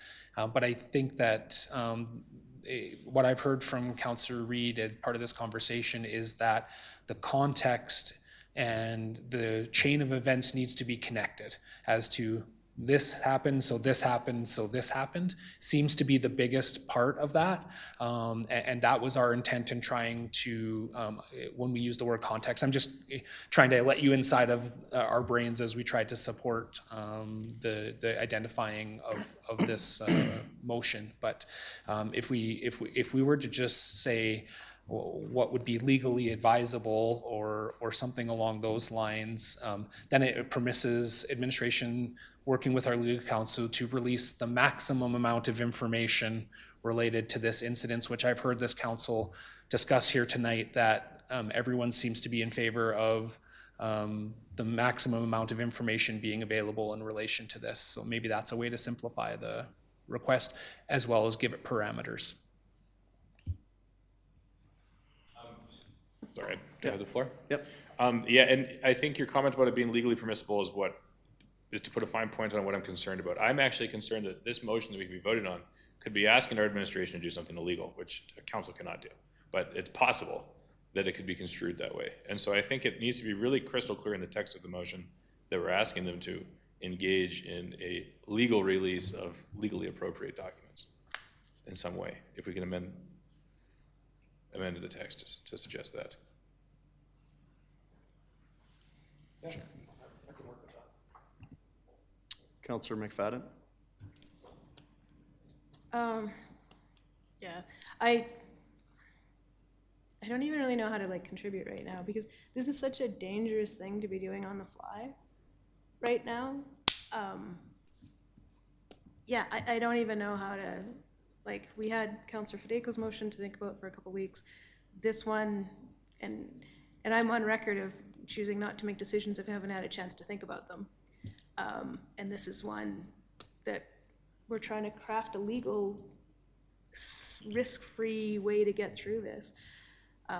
So if we needed to have a motion tonight, I think my maximum comfort zone would be a summary of the public information, because if we're gonna go, and I'm all for transparency, but if we're going to go do that, that's gonna be tasking lawyers to do a legal review, to protect everybody's privacy, and that's gonna take, time, but protecting everybody's privacy on this, as we've been reminded throughout the entire process, has been very, very important. So I don't really know.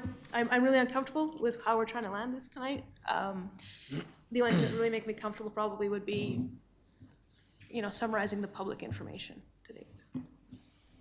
But if we want to go further, I just need a clearer motion that I can think about a little bit longer.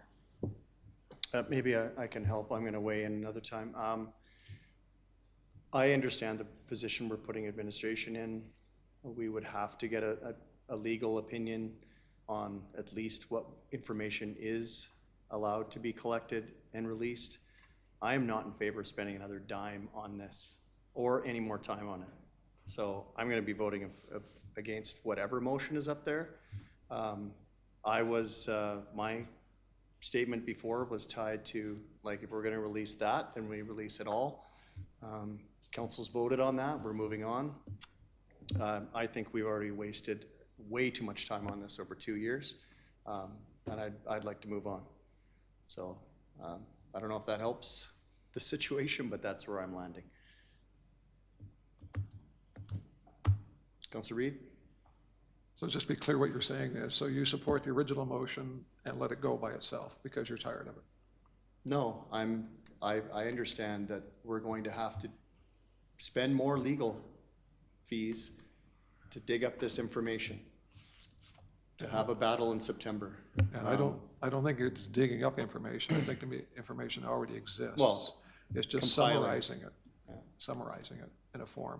Yeah, and even if it were, to Morgan's point, even if it were just to ask a legal review of what information can be released, and that was a motion, I'm happy to change or modify the motion to that effect. But I think we need a summary. I think this release of information about the cost by itself is damaging enough. I would have preferred where you were. I would prefer this no motion ever even came to the being, that it said let sleeping dogs lie. But the fact that we have that motion and we've approved it, I think by itself isn't fair, it isn't appropriate, it isn't transparent. That I agree with. So you're suggesting you would amend your motion to read administration that the information legally permitted to be released be provided to council. In conjunction with the Yeah. legal costs. If I may, again, I do appreciate, Councilor McFadden, your point about this, obviously a complicated thing, trying to deal with it appropriately. I think as long as that there is the context of a legal review prior to any release that should provide appropriate protection. I'm just trying to think of a way to support council in simplifying and meet the interests of what I've heard around the table tonight by suggesting, I wonder if the language suggesting that anything that would appropriately be releasable under a freedom of information and protection of privacy request be released in conjunction with this. That's a clear process, it's defined, it has very clear guidelines, it is likely in line with what our legal counsel would suggest anyway. And again, gets us towards what I suggested that I've heard tonight, which is maximum release of appropriate information. Councillor Nagel?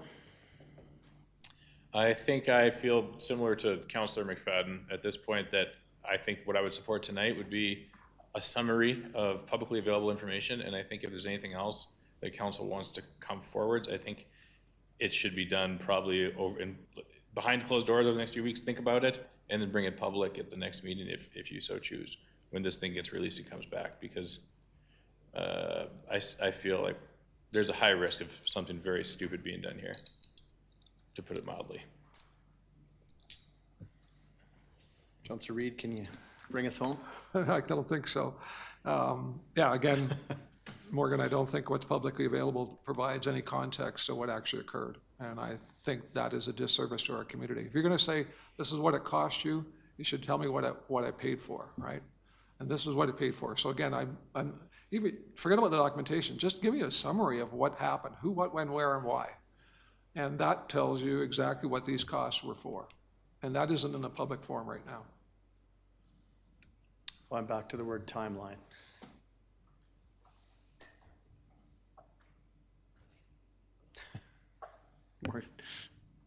I think if we do that without proper consideration, somebody's gonna get sued again.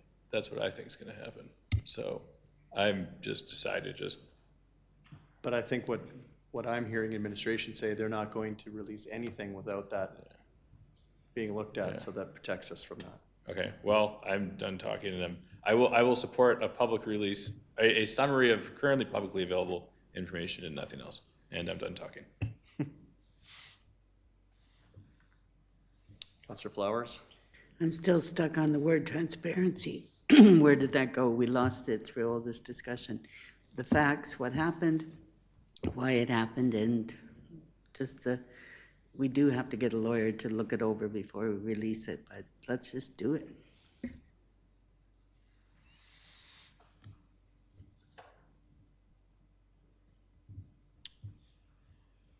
Okay, I'm thinking and trying to chair at the same time. It's multitasking. I'm starting to come back to the motion on the floor.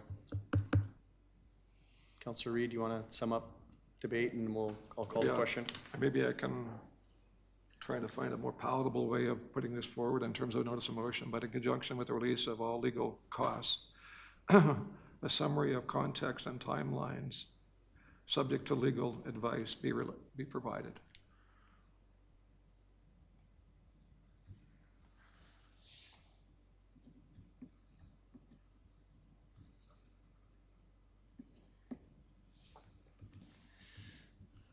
Okay, so you've rescinded that motion and you're putting that one on the floor. Can we, Is that what you were trying to suggest, Mike? I think I was more in line with what Councillor Nagel was trying to suggest, which again is the prerogative of Councillor Reid and council to consider. I understand where you're trying to get to, and it makes sense, I think, administratively. that in conjunction with release of legal costs that the follow, that administration provide a summary sheet identifying the context and timeline subject to legal advice? Right. Or legal review or whatever. Okay. You're good? Yeah. Counselor Nagel?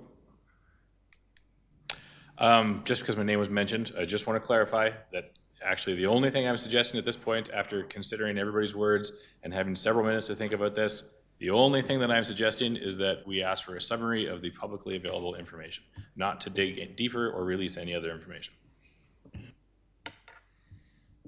Okay. Everyone understands the motion? Maybe read it back one more time.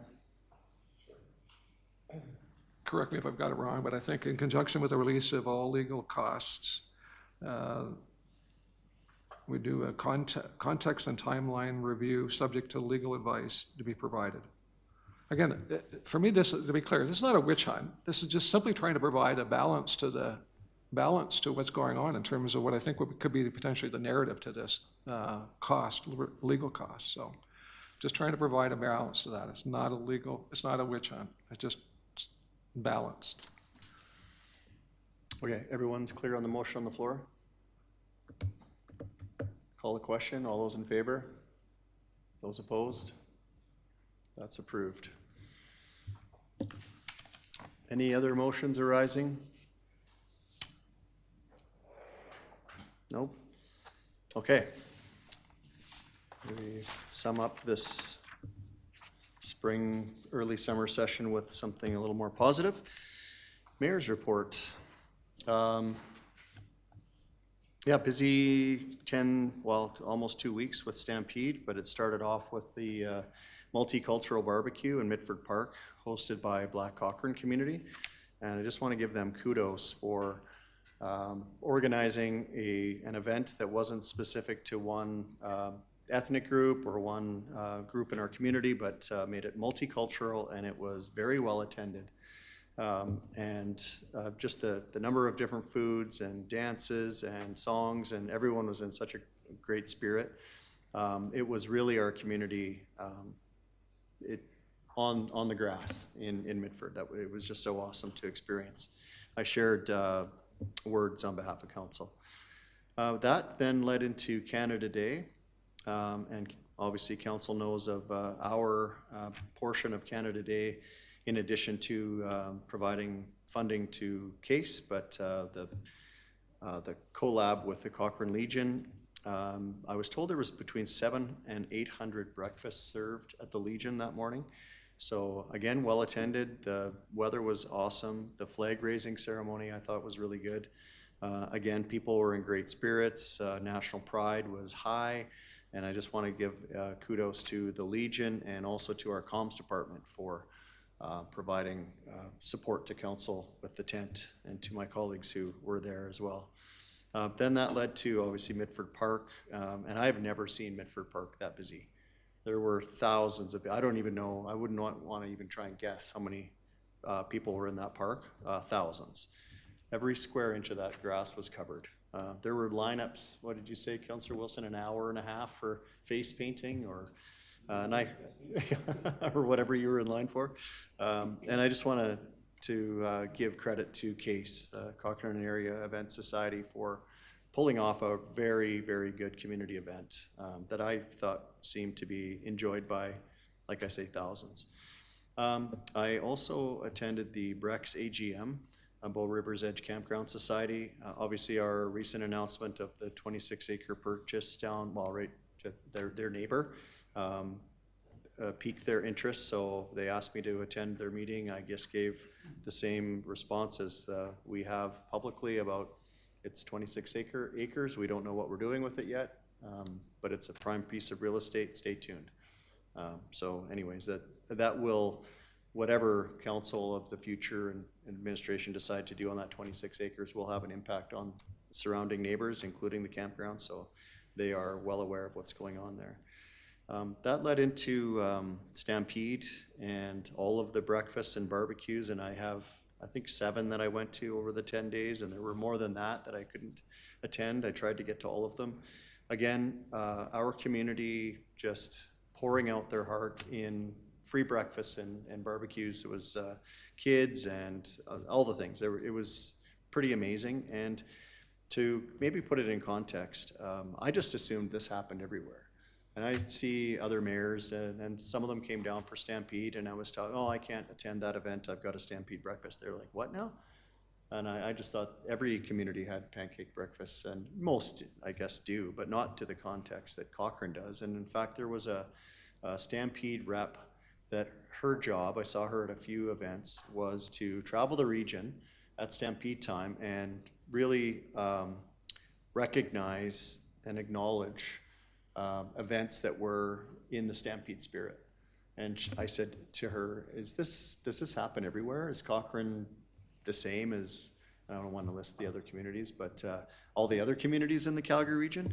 And she said Cochrane is by far the most active during Stampede, so not surprised. I think Fireside, there were 2,500 breakfasts, similar in Sunset over the weekend, so, and Lions Club, like, those guys were hopping. I also took advantage of that time to bump into the Premier, had conversations about Cochrane's growth and representation and what our future looks like here in Cochrane. I also reached out to Minister Williams. He's the new Minister of Municipal Affairs. Had a 30-minute meeting with him downtown Calgary and talked about really just trying to introduce him to what Cochrane is. He grew up in Red Deer. He's now in Peace River, an MLA there, but he was aware of Cochrane, but he wasn't aware of our growth. The funding mechanism that growing, like extreme growth communities are experiencing, and I pushed on Highway 22 expansion with him. So we're gonna follow up and do a letter to him, thanking him for his time, but also inviting him back to Cochrane to experience those things in person to help us put pressure on the province on all 3 of those items. Lastly, just wanted to bring your attention to the golf tournament. It is a week today. We are officially sold out, and we are ahead in our fundraising than any other year for the 5th annual Invitational, and look forward to reporting back in the fall at how much money we raised. And just a reminder to council, the Jumpstart opening is this week. I forget what day, but it's in our calendars. And please enjoy summer break. It's short, and we'll be back here before we know it. And just want to say thank you to administration for all of the grinding through agendas and presentations. And please take some time to at least have no meetings in the queue. So have a great summer, everyone. And that is my report. Are there any council reports tonight? Councillor McFadden? Yeah, I'll just be brief. I wanted to thank Case, all the community groups and all the volunteers and everybody who made everything from Canada Day to all of Stampede Week. Pretty amazing, actually. I managed to attend a couple of events, was at the Legion for Canada Day pieces and a couple different pancake breakfasts here and there. And what really come to mind is you used to go to the pancake breakfast and there was just one a day and you knew a lot of people there. And now there's multiple events in a day and I can go and I maybe know the organizers. But what I love through it all is that I can be in a crowd of hundreds of people that I don't know anymore. And it still feels like a small town. Like, I think it's amazing that events like this really help Cochrane to keep our identity. And you can just, all these events and all the volunteers and all the community groups to come together to just help continue to get to know our neighbors and build community together. Thank you so much for doing that. It makes this just such an amazing place to live. And thank you to our admin team that go gray in our service. We appreciate you, and hopefully everybody has a good summer. And to my council colleagues, I know sometimes we have different points of view, but I wish you all a great summer as well. Okay, no other council reports. We have a closed session, so we need a motion to move into closed session, please. Councillor Flowers, thank you. All those in favor? That is carried. Give a couple of minutes for the